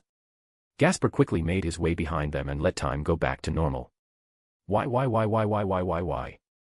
And he joined in with them. Ah. Looks like Dino and Veldora have discovered JoJo's. Veldora I expected, he is a manga fan, he was bound to find out about it. But Dino I didn't see coming at all. Dino, how did you even find the energy to watch JoJo's? I'm extremely curious. Well, I was going to go to sleep after 1 episode. But 1 turned into 2, 2 into an entire season. And the next thing I know part 3 was ending and it was 1 p.m. Dino awkwardly scratched his head. You stayed up the entire night? Impossible. Yeah, I'm surprised at it, my stash, thud. ZZZZZZZ. He fell asleep while he was still standing and talking. It makes more sense now. But still, JoJo was so good that a sloth like Dino forgot to sleep and focused on watching it instead. JoJo really is something special. Veldora started to poke him in the arm. Oi Dino, you dead? If you are dying then can get some of your stuff. ZZZZZ, fuck, ZZZZZ. Off, ZZZZ. Tisk, cheapskate. Veldora walked away leaving Dino to sleep on the ground. And I sure as hell ain't going to move him. I just pick up the phone and call Meredith. Why are you calling me, Isaiah? We are still in the house. You can come and get me. Your boyfriend is collapsed on the ground from sleep deprivation. Hiya. Sleep deprivation. Him? The physical embodiment of laziness. And he is not my boyfriend. Meredith yelled out. Meh. Don't care if you are dating or not. I just know I'm not the one that's going to move him. Bye. Hey why, beep. I leave the room and go back to my research. Ingvild needs more time to get control over her power. She also needs to learn a bit OD diplomacy to take control over the Leviathan territories. Now, where are the most likely secret entrances to Asgard should we need them? Team Valley. Ah, Valley or Leader Valina was screaming her throat out. Oh, don't be such a wuss. It's just your period. I have been having them ever since I hit puberty, LaFay sighed. Isaiah. I'll kill you. Valina screamed out with eyes red from anger. Sister, don't you have potions for this? Arthur asked calmly. Yeah, but I already used mine up. Those potions expire quickly. They don't even last a full month. So they are usually ordered a week before your period comes. She will have to bear it. Honestly, I don't get what the good deal is. I didn't start using potions until I was 15. I'll kill you. If it's the last thing I do. A/N. What do you think? Opinions on the romance. Romance isn't really my strong suit. Some feedback would help out. Oh, and there won't be any smut in this FIC. If you want smut, wait for DxD, Necro. That one is all sorts of wrong. Chapter 58, Meeting Odin. If you want to read ahead or just support me, go check out my pat. There are a lot of fics and ideas there. Every single one of the fics and chapters will be released eventually. But if you don't want to wait or just want to support me, check out the pat. Patreon.com/alcoholic_panda, discord.gg/6yyvm6tj6t. Word count 1900. All of us teleport on one of the seaside cliffs of Norway. We were immediately stunned by the beauty. Aw. The air is so clear here. Nya. Kuroka spread her hands as she took a deep breath. I agree. It's serene in a way, Asia noted. The sea.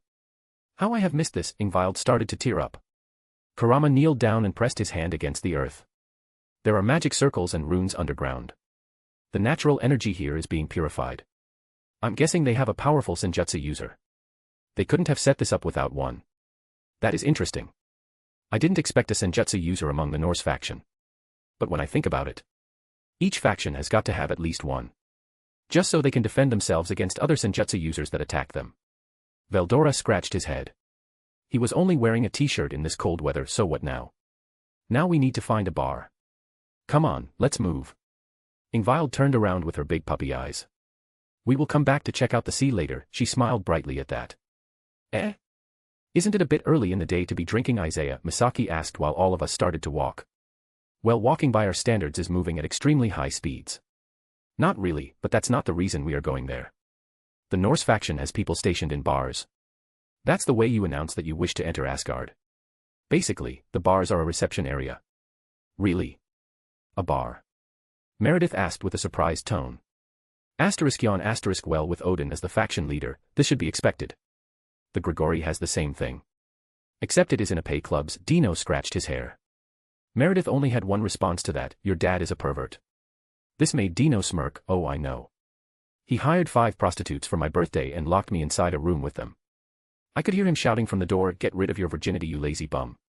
No son of mine will be a virgin at 16 foot. This made the rest speechless. Ah. I see that Azazel is still the same, Tiamat facepalmed. To be fair, there are pros and cons to his approach, Veldora mumbled. Yeah. You can't really comprehend the mind of a genius, Kurama agreed. Continue the topic later, we are here. All of us stopped outside a fairly big bar. It had this Viking main hall design. What's the name of this place? Hovedsalon.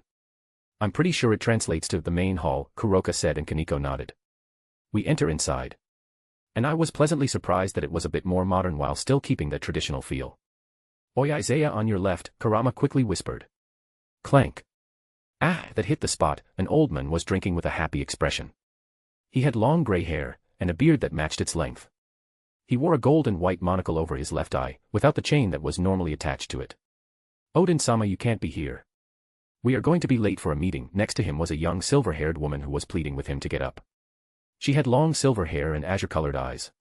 She was wearing a business suit. Odin, god of the north, the Allfather, and his bodyguard Valkyrie Rosweiss. Bah. The meeting can wait. Today is the day the good stuff arrives. If I waited for it to come to the palace, it would take a few more days. No way I'm waiting for that. Odin-sama, you have to wait for the drinks to be checked for poison first, and please think of your position. You represent Asgard. Rosweiss was massaging her forehead. Rosweiss, you are such a buzzkill. This is why you don't have a boyfriend. Odin raised his glass at her and pointed with his index finger before chugging the drink. Tears started to gather in her eyes. She fell on her knees and started to cry. Weya. I'm just an unattractive Valkyrie who has never had a boyfriend. It's not my fault. Wah. Is this for real? Kurama said with a sweat drop. She is really crying. Meredith looked at the older woman with a speechless expression. Do we go help her or? Asia didn't know what to do in this situation. Let's go greet them. We are planning on entering Asgard. We are just insanely lucky to meet Odin right off the bat. As expected of a faction leader. They are all crazy in their own way. Dino, Veldora, prepare the magazines. Roger, both of them nod seriously. Odin noticed us. Rosweiss quickly stood up and was ready for a confrontation. Well, there is a similar face. Tiamat, how do you do? Odin asked while he straightened out his beard. I have been good, old man. Looks like you are still up to your old antics. Tiamat chuckled. Odin then turned to me, the leader of the group. So you are the lad causing all the chaos that has been going on recently. Excalibur, Kokabeel, Kateria. Your name has spread far and wide, Isaiah. Now tell me, what do you want from an old man like me? He grinned at me, playing the helpless old man. We want to visit Asgard as tourists. We even brought payment. His eyebrows raised when I said payment. I turn around and nod to Dino and Veldora, who stepped up and made 2 magic circles above the table. Both Odin and Rosweiss stood still. They recognized the circle as a pocket dimension spell. Asterisk thud. Thud, thud, thud asterisk. Dozens of porn mags started to rain down on the table and pile up. Yoo-hoo. Odin quickly stood up and grabbed a few of the magazines to flip through the pages. Ah, so many magazines, and the women are all my type. There are even some rare editions. Boy. You got yourself a deal. Odin said with a fist pump. Odin-sama. Ross Weiss stepped on the floor. This pitiful Valkyrie is Ross Weiss. She is my bodyguard. Odin pointed to her, which made her eyes tear up again. Her boss called her pitiful. My team sweat dropped at their antics. Thanks, old man, I give the god a nod. My team also expressed their gratitude. So tourists, you say? Odin casually stored away all of the magazines. Yep. We want to see the world. Travel around. And Asgard is your next stop. Considering it hasn't been that long since the raiding game. I'm assuming Asgard is amongst the first places you will visit. Odin was playing with his beard while smirking at us. I nod at his question. In that case, I am honored for you to consider Asgard to be among your first choices. Come on, I'll take you guys there personally, Odin said cheerfully. But Odin-sama. Your meeting. You told me to stop you from getting sidetracked, Ross Weiss pleaded. I don't wanna, and you should do a better job, Odin waved her off, making her sigh. I don't get paid enough for this, she slumped a bit. Man, she doesn't have it easy. Well, if you ever get tired of being a bodyguard secretary, you have a place on my team. Consider this a job offer. Ross Weiss was stupefied. Odin raised an eyebrow, trying to poach one of my own in front of me. You got balls, kid. I smile at him, just taking my shot, old man. If you don't want her, I'll take her off your hands. Ross Weiss stuttered, but why would you want me? I'm just a failure. A Valkyrie that didn't receive her family magic. I can tell that every member of your team is special in their own way. Why would you want me to join? She lowered her head at the end. Self-esteem issues. Looks like the same as the original story. Time for a talk no jutsu. Ross Weiss, I'm a reincarnated devil. Do you think I got this strong from having a bloodline? I put blood, sweat and tears into training each day. That's how I got this strong. Same for my team. And I'm assuming it's the same for you. Not just anybody can be Odin's bodyguard. You must be powerful in your own right. Ross Weiss blushed at my compliment. Ha ha ha. He got you there, girl. Ross Weiss might not have her family's magic, but she made up for that by studying every school of magic she could get her hands on. She is far stronger than her peers and is among the strongest Valkyries in Asgard despite her young age. Odin boasted loudly. Odin-sama. Ross Weiss' face was red from all the compliments, but she quickly turned serious. But what about the envoy from Grigori? He will be here any minute. Odin froze. Ah. I forgot about him. I remember about a meeting, but not with who it was. An envoy. Azazel works fast. I'm guessing it's about their alliance. That man's connections are something else. Who? You are well informed, Odin said in surprise. Not really, I denied their offer to enter it. That surprised both Odin and Ross Weiss. Ah, so that's why you were there. I assumed you had just targeted Kateria for some reason. And why did you refuse the offer? Wouldn't that help out your group? Odin said seriously. My answer might make him change his mind. We are talking about the fate of his faction. Simple. I had nothing to gain and everything to lose. I don't need their information, their technology, or their protection. If I joined, I wouldn't get anything and carry the risk that one of mine gets killed. Oh, and it isn't really a group anymore. I'm building a faction. Odin was slightly surprised by that. You are an ambitious one, aren't you? He laughed a bit. There were many requirements for something to be considered a faction. First of all, strength. Territory, money, tradable goods, and numbers. Those are just basic things you need. Strength we have in spades. Territory, none except Karama's mountain. Money. Very little. Tradable goods. My ability to extract sacred gears. But that's it. And we are still working on numbers. So I understand where he is coming from. Not really. I need a faction so I can protect myself when I am attacked later on. I just want to travel the world and relax. When you are attacked. Not if, Ross Weiss asked. Yep, I nod at the beautiful Valkyrie. Isaiah. A very strong person is approaching, Karama announced. How do you do that, Nya? I don't feel a thing. Just how big is your range? Nya, Kuroka was miffed about how much better Karama was at senjutsu. Impressive. If you were able to sense him from all the way there. You must be a very powerful senjutsu user. I got my own method for sensing people in my territory, Odin smiled. All of us waited for the envoy to come. I wonder who Dad sent as an envoy. Dino said lazily. Odin turned to Dino, Dad. You are that fallen brat's brat. You look nothing like him. Yeah, I take after my mum. Thank God for that. Otherwise, people might mistake me for that pervert, Dino said bluntly, making Odin laugh. Then the doors of the main hall opened. The envoy had arrived. Chapter 59, Envoy and Asgard. If you want to read ahead or just support me, go check out my pat. There are a lot of fics and ideas there. Every single one of these fics and chapters will be released eventually. But if you don't want to wait or just want to support me, check out the pat. Patreon.com/alcoholic_panda, discord.gg/6yyvm6tj6t. Word count 1640. The doors opened and the envoy from Grigori came in. A muscular, middle-aged, gruff-looking man with black hair, a matching beard. Barakiel. The Holy Lightning. Vice-Governor General of the Fallen Angels. Having 10 wings himself. Making him mid-ultimate class. And Akino's father. Him? Azazel sent him as an envoy. What is he thinking? Sending in the masochistic musclehead here? Gay, uncle. Dino took a step back. Dino. You brat, I finally found you. Barakiel stepped in front of Dino, grabbed him by his head and raised him in the air so they were the same eye level. How dare you run away from my training lessons? Dino started to sweat a bit from the pressure. Even though Dino has improved, Barakiel is the second strongest person in Grigori. Well, what did you expect I would do? Only you can go through those masochistic training exercises, Dino glared back at the men.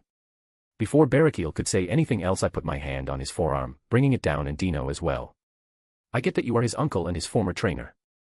But Dino is on my team, and I don't appreciate anyone threatening my people. I smile at the men, but the message was clear. Let him go, or we are going to have a problem. Barakiel gruffed before letting go of Dino. Isaiah, right? Azazel said not to antagonize you, something about being too troublesome. Seeing your team, I guess this proves he was right. His eyes swept through my team, each held their gaze on him with a smile. These were the people who had Kokabeel on the ropes. Even if Barakiel is stronger than him, they were not afraid. Now, I don't appreciate you guys starting a fight in my favorite bar. Odin spoke up, ending this scuffle. Of course. Apologies for my rudeness, Odin-sama. I got distracted by my nephew. I am Barakiel, the envoy from Grigori. Barakiel did a small bow with his hand over his chest. Never expected him to have high-class manners. Ha ha ha. You don't need any introduction here, Holy Lightning. But this is my bodyguard, Rosweiss. Ah, hello, Rosweiss fumbled and did a small bow. Well, let's get this show on the road. Do you mind if they tag along? I promised I would give them entry in Asgard. Odin pointed at our group. Not at all. Barakiel had no issues with it. Why would he risk losing favor with Odin for such a small thing? Well then, let's go outside to the transport point. Odin stood up and exited the bar. Rosweiss was right behind him and all of us followed. He leads us to a certain clearing. Heimdall opened the gate. In front of us a rainbow-colored magic circle appeared. It split vertically in half and opened up like doors. Inside was a portal made up of every single color. So this is the Bifrost of this world. Well, jump in everybody. Odin calmly walked to the portal and jumped in at the last step. Rosweiss quickly followed, then Barakiel. I turned to my team and shrugged my shoulders. I jump in after them and look back at my team. All the girls followed after me with Gasper in the middle of them. Dino, Veldora, and Karama took the back. Just because they are friendly. That doesn't mean we are going to drop our guards down. After a few minutes of traveling, in what I assume is a warp portal through the dimensional gap, we arrive at our destination. A tall black man in a suit of golden armor with a golden sword was already standing there, waiting for us. Welcome back, Allfather. And welcome, guests. Behind him, large golden futuristic city. Asgard. Veldora's eyes were shining. The girls started to talk about how pretty it looked. Dino whistled, damn. That nice. Uncle, why isn't Grigori like that? Barakiel facepalmed, because Azazel eats up all the funds with his research. To be fair. His research is what keeps Grigori floating. We walked on the rainbow bridge, overlooking the stars of this realm. Rosweiss. You will stay with our guests. I will be speaking with the envoys. Odin gave the order. But Odin-sama, I'm your bodyguard, I must stay by your side, she quickly argued. Girl, we are already home. What's going to happen to me here? Plus you need to loosen up, otherwise you will never get a boyfriend. Odin's words caused the poor Valkyrie to start crying again. Meredith and Kuroka went by her sides and picked her up by her arms. Huh. She looked at the two girls with a confused expression. Come on, there is no time for crying. Shopping must be done, yeah. They both proceeded to drag her off, with the other girls following her. Me, Gasper, Dino, Veldora and Karama were just standing in place, not knowing what to do. Do we follow them for now? Gasper scratched his head. Might as well. Veldora shrugged and started to follow them, with Dino behind him. Me and Karama stayed behind. You feel that? He whispered to me. Yeah. A lot of people are watching us, which is normal. But one of them has malicious intentions. Any guesses? Karama said as both of us casually started walking behind our group. How many evil gods do you think there are in Norse mythology? Ah. Him. He avoided saying his name. Names have power. Especially in their own home field. I nodded him. Yep, keep an eye out. He is very troublesome. For now let's enjoy ourselves. Worst case, he attacks, we beat the shit out of him, rob him, and run away. Got it? Karama smiled as he pulled out his kizaru and lit the tobacco inside. Both of us followed the others in silence. Kizaru equals Japanese smoking pipe. Okay, Asgard is pretty cool. The girls have been hitting everything related to beauty. Asgard actually had some nice jewelry. Freya insisted on Asgard making them, and trading them. Obviously, they had a lot of great quality weapons. Me and the guys hit the food stands and restaurants. At first I just expected normal meat and mead. But they do have quite a large variety. It's still cooked or grilled. But there is even wyvern meat and sea serpent meat. Veldora. Doesn't this bother you? Dino points at the wyvern. Huh. Of course, it doesn't. It's like humans being concerned about monkeys or Karama suddenly being attached to normal foxes. Wyverns to us are the same as apes are to humans. Veldora shrugged his shoulders. You know.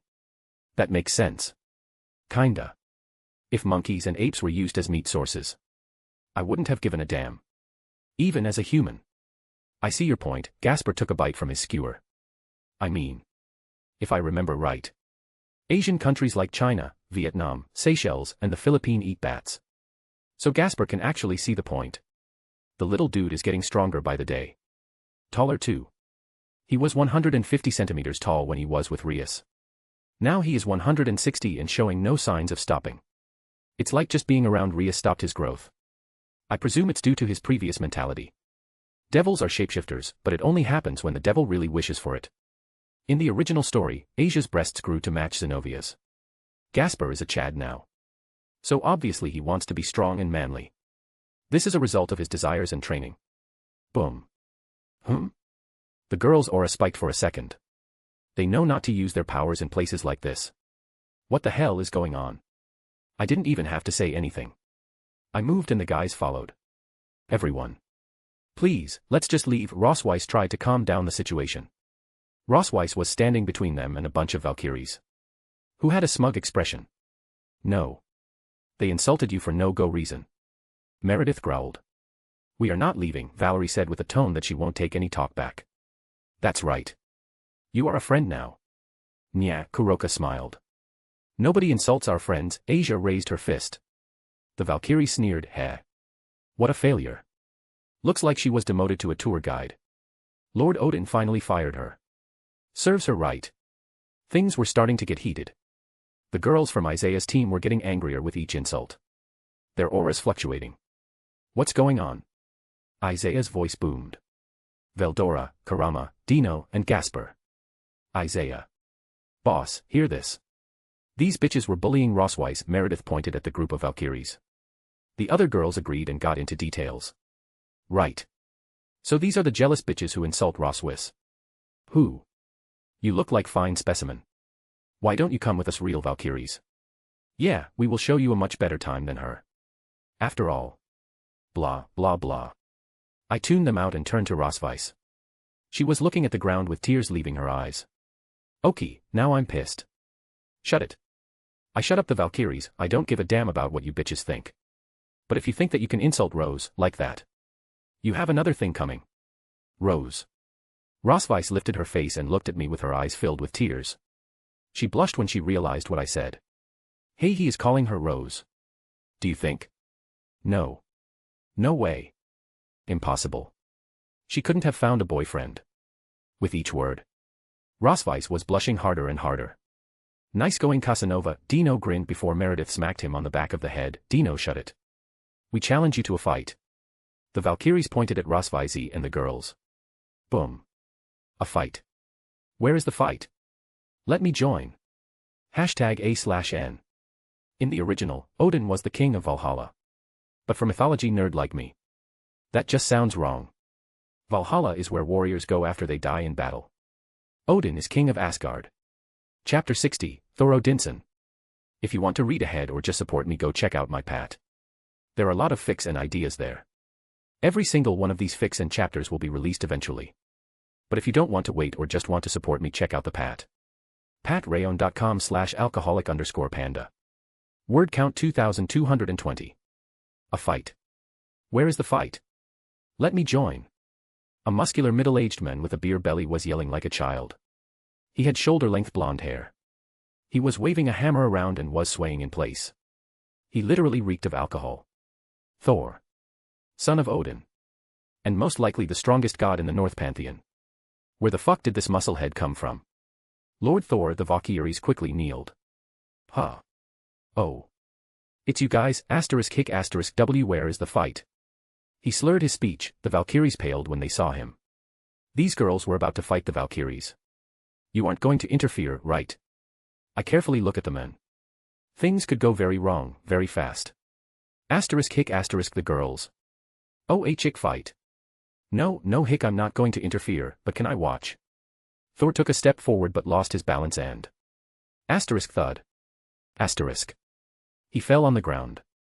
Thor, the god of thunder. Kurama pointed his finger at him, not believing his eyes. Probably a double, for security reasons. Gasper nodded along with him. No way the so-called strongest god in the Norse was this fat drunk man. Is this for real, nya? Kuroka looked at the men with disbelief. Are we getting punked? Dino scratched his head, not understanding what's happening. 1 minute a chick fight was about to break out next a drunk man collapsed in front of them. This is the mighty Thor. Meredith's sweat dropped. Te Migdist. The mightiest. He raised his fist, while still laying on the ground. He butchered the whole sentence. The dude is like some fat version of Jack Sparrow. I mean, he is not that fat. Well, just his belly is. Yes. Yes, I turn around to Rossweiss who was on the phone. He fell out of the sky as drunk as he could get. He is laying on the street. I understand, Senior Brynhildr. She ended the call and sighed out. That was Brynhildr, the strongest Valkyrie in Asgard. She will be arriving soon for Lord Thor. Gay. Hick, that pain in the ass. Thor barely managed to stand up. You will never catch me alive. Hick, his beer belly sloshed as he started to run. Hiya, jumped off of the level we were on. Thudded. Landing God knows where below. I died from laughing too much. This scene cracked me up. Opinions. I'll just ignore that whole encounter. I turned back to the Valkyries who were still looking at the wall Thor jumped from and freely show my bloodlust gaining their attention. Now listen here. You are one of the types of women that I hate. You are envious of Rose's beauty, her strength, and her position. So you belittle and insult her every chance you get. By doing so you ostracized a young girl to a childhood of loneliness. You lot disgust me. With each word, Rose blushed harder and harder. She started to mumble to herself, he called me beautiful.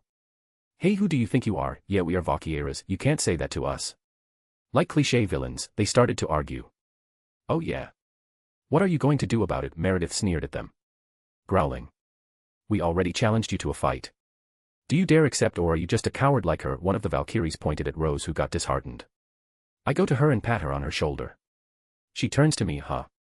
Don't worry about a thing. I turn back to the bitches. The girls accept your challenge.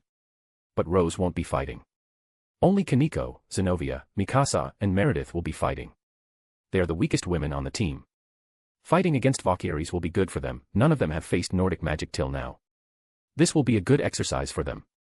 Asia would just blow them up and Valerie would use her vampire side to drain them. She got a lot stronger after some training. Blood magic is really strong if you use it right. That set off the Valkyries again. Let's start already, I say in an annoyed tone. I don't have any time to waste with insignificant mobs like them. We will have 4 one-on-one matches, the leader of the Valkyrie announced. Get revenge for Rossweiss. Oh, and if any of you lose, I will be quadrupling your training and taking away your snacks. That caused their world to crash. Baka-senpai, demon. Slave driver, jerkface, Kaneko, Zenobia, Mikasa, and Meredith started to whine. I just ignore their insults and stare at them with a blank face, causing all of them to stomp their way to the agreed stage. The 4 fights will happen at the same time. Which is good for us. We still have things to do and we are losing daylight. Meredith fight. Meredith. If you win, I'll make Dino your butler for a day. I yell out. Dino jumped up from his fake sleeping position. Of course he was watching her, dude. What the hell, he yelled at my face. Just properly motivating her, I smirk at him, then I come near him. Don't miss this chance, loverboy. Dino pushed me away with an angry expression. His face was red, but whether from anger or embarrassment, no one know for sure. Meredith on the other hand, butler suit. Dino, butler, personal butler. She started to fantasize, milady, what would you like, a foot massage? If that is what you want, then I have no choice but to accept. Asterisk boom asterisk, come here, you bitch. Hundreds of holy nails formed around her as Meredith dashed at the Valkyrie with increased vigor. This was going to be an easy win now. The other girls were doing good as well. Misaka used the Valkyrie to test out her sword skills. Since she was learning from me, she was doing pretty well. And uses the shadows to manipulate her opponent where to go and then attacks with her swords and shadows. The Valkyrie was having a hard time dealing with the shadow attacks. The battle ended with Misaka having a few injuries, but her opponent was cut up and bleeding on the ground. Zenobia currently had some of my swords and was using Tuki and magic to boost her strength. The musclehead just kept pushing through all and cutting up all the magical attacks. After a fairly long battle, she left her. Kaniko's opponent was a close-range fighter like her. So they both beat the shit out of each other. Kaniko used her Ki to enter her grown-up form, and added her white flames to her punches. The flames do a lot of damage, so the Valkyrie was forced to use up more and more power to defend against them. In the end, Kaniko won the battle of attrition. They all did pretty well against unknown opponents. No way. Dino dejectedly fell on his knees. Stop whining. I'm giving you a chance. Use it, I whisper to him. Easy for you to say. I'm the one who has to become a butler, he whispers back with a glare. Good job, everybody. The girls smile. Now let's go back to shopping. You girls have your dash. Oh. We meet again, a voice interrupted me from behind. I turn around to see Thor coming towards us while grinding and drinking beer. Ah. Him again. Thor happily came up to my group, ha ha ha. Sorry about before. I was a bit drunk at the time, he says with a smile as he brings out a horn filled with mead. Sure, keep telling yourself that, buddy. A bit drunk, he says. The man is a prince and he jumped off the wall, in front of tourists, falling God knows where. Just out of curiosity. Where did you fall, the mini Dio asks. Nice going, Gasper. Oh, a souvenir shop. Why? Thor raised his eyebrow. Ah, no reason, Gasper played it off by scratching his head. Never mind then. Hey, I'm bored. Do any of you wish to have a spar with me? He says with sparkling eyes. How about you? He points to me. You are him, right? The one who beat Korabal. No, that wasn't it. Kilabil. No. Kokobel. He started to mumble before scratching his head because he was thinking too hard. Ah, whatever. The crazy fallen, right?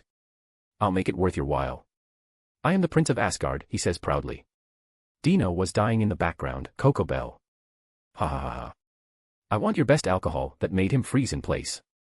He started to mumble to himself, I want to fight. But my best alcohol. My golden mead. But a good fight, I can always get more golden mead, but do I really want to give it away? What is he doing? Wait. If I just win, he does get anything. I accept, but only if you beat me, Thor says with confidence and pride. Pride because he thought of this idea where he doesn't lose his precious golden mead. All of us heard everything. I have seen monsters that are smarter than this guy. But I am interested how strong the supposed strongest god of the Norse is. Heh. I changed my mind about the drink. Make it so Rossweiss isn't bullied anymore. Thor scratched his beard. The crybaby is being bullied. Huh, I never knew. I was going to stop it anyway now that I know, but at least I don't have to give up my golden mead to him. Done, Thor nodded with confidence, making Rossweiss widen her eyes in surprise. Shall we? I asked the men. Follow me.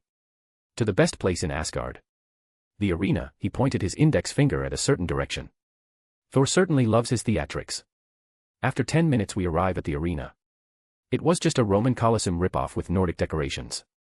But to be fair, the Colosseum is the best design to pick when it comes to these types of fights. Me and Thor were on opposite corners. This was the man that's said to be stronger than Odin. I can't take him lightly. Balance breaker. Raise your head, Wabisuk. Bankai. I'm going to debuff him to death. I dash at him and start throwing magic. But he just punched through all the spells. Both of us were 3 meters away from each other. He cocked back his fist while I summoned another sword. Acceleration. I used the sword and my own ki and mana to get a burst in speed.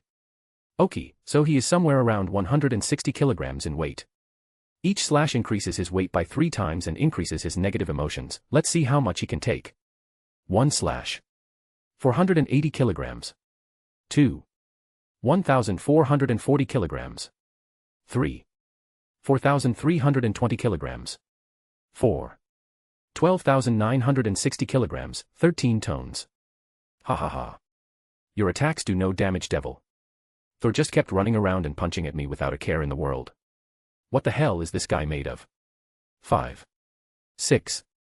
116,640 kilograms. Thor stopped. He started to move his shoulders around. I fell a bit heavier. Did you do this? A bit. He currently weighs 116 tons. And where the fuck is the metal side of the attacks? It will take a lot more to defeat the mighty Thor. I get it. Now I know why he is called the embodiment of physical strength. He is the ultimate musclehead. Do you know why they call me the God of Thunder? Thor says seriously.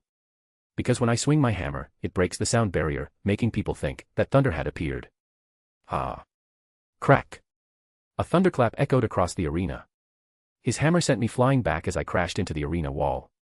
Ugh. That hurt. This is bad. I quickly make another sword. Collapse. Sakanade. The sword quickly mirrored everything. I dashed towards Thor. He prepared to block from the front when in fact I was behind his back. I need to hit him a few more times with Wabisuk. But just as I was about to slash him, his arm turned. Clang. Putting his hammer behind his back, blocking my attack. What? Fuck, I yelled out by accident. Huh. Why did I block from behind? Thor searched his head. How did you block it? I asked him. This hasn't happened before, he doesn't even know how the sword works. Thor just looked even more confused. Dunno. I just felt like I should block there. So I did. What kind of bullshit is this? Did he use the force? Observation hockey. Ultra fucking instinct. And I tripled the weight of that freaking hammer. And he is still holding it like it weighs nothing. Just how strong is he? Haha, get ready my friend. It's time for round 2. And I'm taking this to the next level. Thor slapped his chest and his divine aura burst, engulfing him. His aura climbed higher and higher.